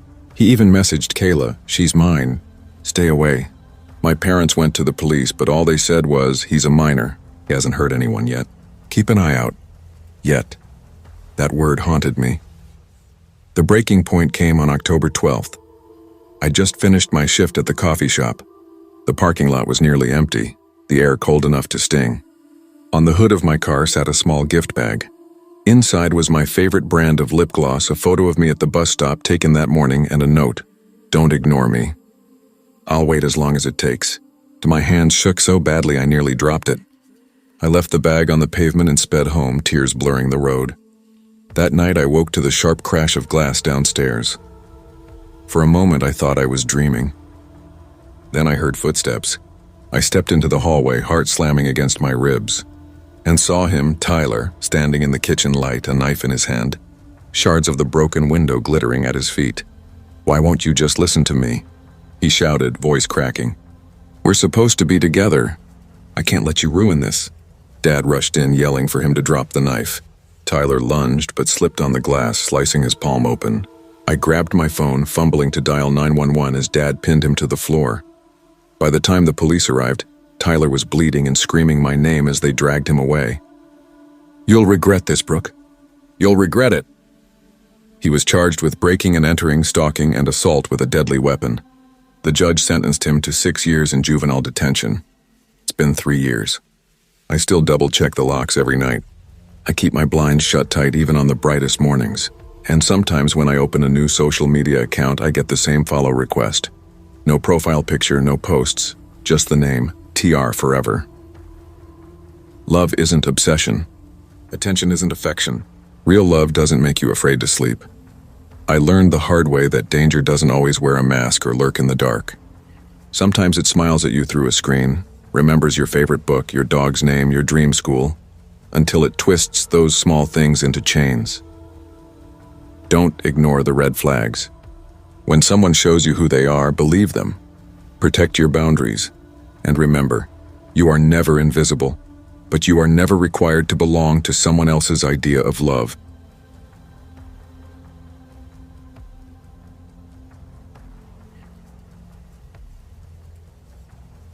When my parents told me we were moving from Seattle to Willow Creek, I actually laughed. The name sounded fake, like something from a campfire story. But it was real. A tiny forest-choked town in Washington with one main street, 2 diners, and a library that smelled permanently of cedar and old rain. We moved there in June 2021, and I hated it instantly. The air was too still, the nights too black, the trees too close. At 17, starting over wasn't something I knew how to do. After years in crowded classrooms and buzzing city streets, Willow Creek felt like someone had turned the world's volume all the way down. The only person who made it bearable was Elise Carver. She lived out past the last streetlight in a sprawling century-old house that seemed alive, breathing with its own quiet rhythm. The floors sighed, the stone fireplace swallowed logs whole, and the backyard melted into a dense wall of pines. Elise was everything I wasn't: bold, loud, magnetic. She laughed like she meant it and didn't care who was watching. She became my anchor in a town that felt like quicksand. That summer we were inseparable. She dragged me out of my shell. I kept her from getting arrested. She'd dare me to jump into lakes at midnight or hike trails with only a phone flashlight.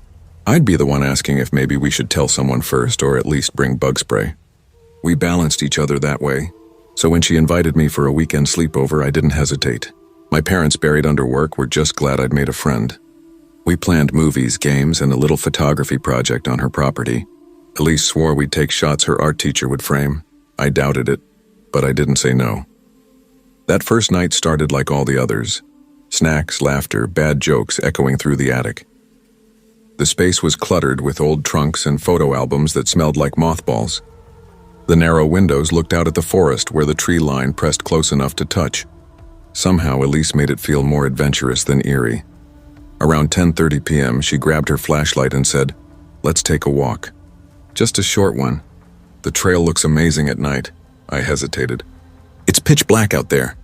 "Exactly," she said, grinning. "That's the point." I groaned, but followed her anyway. The air was damp, thick with the smell of pine sap and earth. Fireflies floated lazily among the ferns, and our footsteps crunched too loudly. Every instinct in me screamed to turn back, but Elise looked weightless under the beam of her flashlight, her hair catching bits of silver light. She was mid-sentence, pointing at some tree that marked where the trail opened into a meadow. When I heard it, a rustling in the brush, sharp and low, I stopped. "Did you hear that?" Elise smirked. "Probably a raccoon."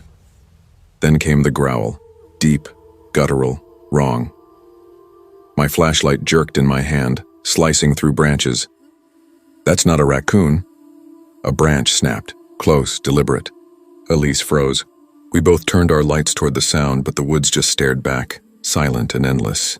I started to breathe again when something flickered in the distance, a reflection faint and high off the ground. "Like light bouncing off glass. Did you see that?" I whispered. She shook her head too fast. "No," but her eyes said yes. We didn't talk. We just turned and walked faster and then ran. The footsteps behind us matched ours perfectly, leaves crunching in sync. By the time we reached her porch, my lungs were on fire. We slammed the door and locked it twice. Elise tried to laugh, but it came out brittle. "Okay, that was creepy. But it's fine, seriously. Probably nothing." "Yeah," I said, my hands still trembling. "Nothing." We retreated to the attic again, pretending movies and popcorn could erase what happened. The flickering light of the TV painted the boxes in warm gold, but I couldn't stop glancing at the windows. The house kept shifting, faint creaks, soft thuds. Around 1:30 a.m., I heard it, a slow, deliberate tapping on the glass, tap, pause, tap, tap. "Elise," I whispered, nudging her arm. She frowned and hit pause. The room fell silent. Then the tapping came again, steady and measured. We turned toward the window. Nothing, just our reflections in the dark pane. Then my camera sitting on the floor flashed. We both jumped as white light filled the room, then faded. The camera was off. Its battery had died hours ago, but it flashed again. Then again, rhythmic, like something was triggering it from outside. My skin prickled. "Someone's out there," I whispered. Elise bit her lip, her usual bravado gone. "It's probably, I don't know, a reflection." Neither of us believed that. The tapping grew louder, the flashes faster. The shadows stretched unnaturally across the walls, elongating like they were reaching for us. The air turned thick, pressing down on my chest. We huddled on the attic floor, too scared to move, listening to the soft groan of wood and, somewhere beyond the glass, the faint sound of breathing. I wanted to call someone, my parents, the police, anyone. But the thought of explaining what was happening froze me. We didn't have proof, just shadows, noises, and a kind of fear that didn't fit into words. "Maybe it's a prank," Elise whispered, though her voice cracked halfway through. But deep down, I knew it wasn't. Something was playing with us, testing us. By 3 a.m., our fragile calm had shattered. The tapping had spread from one window to another, circling the house like slow, deliberate footsteps. Then came a sound that didn't belong to the night outside, the creak of stairs. Inside. "Elise," I hissed, grabbing her arm. We both froze, staring at the attic door. The steps were soft but sure, one at a time, slow, purposeful. My heart pounded so hard it drowned out everything else. I fumbled for my flashlight, my palms slick with sweat. When the sound reached the top, I turned on the light and aimed. For a fraction of a second, the beam caught movement, a tall figure, pale and thin, wrapped in a torn jacket. It turned almost lazily before slipping back into the dark stairwell. Elise gasped, slapping her hand over her mouth. "Did you—" "I saw it," I whispered, my voice shaking. We didn't wait. We bolted down the stairs, tripping and crashing into walls, screaming before we even reached her parents' door. They woke in confusion, but one look at us, the terror on our faces, and her dad grabbed a bat. He searched the whole house, room by room, then the yard, his flashlight beam cutting through the mist that hugged the grass. Nothing. No footprints, no broken locks, no sign of an intruder. Her parents tried to soothe us, their voices too calm, too reasonable. It was the house settling. "The woods can play tricks on the mind," her mom said softly, but I knew what I'd seen. Elise did too. Neither of us slept. When morning came, sunlight made everything feel smaller, almost normal. Over breakfast, her mom joked about horror movies and teenage imaginations. Elise and I just exchanged a look, quiet, heavy. We didn't need to say it. We both knew. After they left for errands, we pulled out my camera. The first few photos were nothing. Blurry corners of the attic, our faces mid-laugh. Then I froze. The next frame showed a shape in the background, just barely visible. Tall, gray, blurred at the edges. Elise scrolled through, breath trembling. In each photo it was closer. First near the window, then behind the boxes, then one, the last image, hit like ice water. The figure was inside the attic, standing right over us as we sat huddled on the floor. I dropped the camera. My stomach turned. How is that possible?" Elise whispered. Her hands were shaking. We didn't see anyone come in. We begged her parents to call the police. They agreed, if only to calm us down. An officer came by, polite but unconvinced. He took a report, promised to keep an eye out, then left. That afternoon, her dad went over the house again. Every window, every door, every crawl space. Everything was locked tight. Too tight. Still, the image of that figure wouldn't leave me. That night, I refused to go back into the attic. We camped on the living room couch, every light blazing. But even then, every pop of the house made me flinch. Every car passing outside felt like it slowed just a little too long. I counted the hours until morning. Weeks passed. Life in Willow Creek returned to its quiet rhythm, but something had shifted. Elise and I never mentioned the figure again. We never went into the woods after dark, but silence doesn't erase memory. It just buries it deeper. One afternoon, while helping her mom sort through old boxes in the attic, I found a stack of yellowed newspapers. I flipped through them absent-mindedly until one headline stopped me cold. "Local man still missing. Last seen near Willow Creek property." The article was old, decades at least. The photo was faded but clear enough. A tall man in a ragged jacket, pale eyes staring straight at the camera. My hands went numb. It was him. I shoved the paper back into the box, heart hammering. Elise looked at me but didn't ask. She didn't have to. After that, she started keeping her windows locked. I stopped walking home after dark. Even now, the woods around Willow Creek still whisper when the wind changes. And sometimes when I pass her house, I see light flicker in the attic window, just once, like the flash of a dying camera. That night taught me something I'll never forget. Safety is fragile. Instincts are everything, and the smallest voice inside, the one that whispers when something feels wrong, is the only one that's ever trying to save you.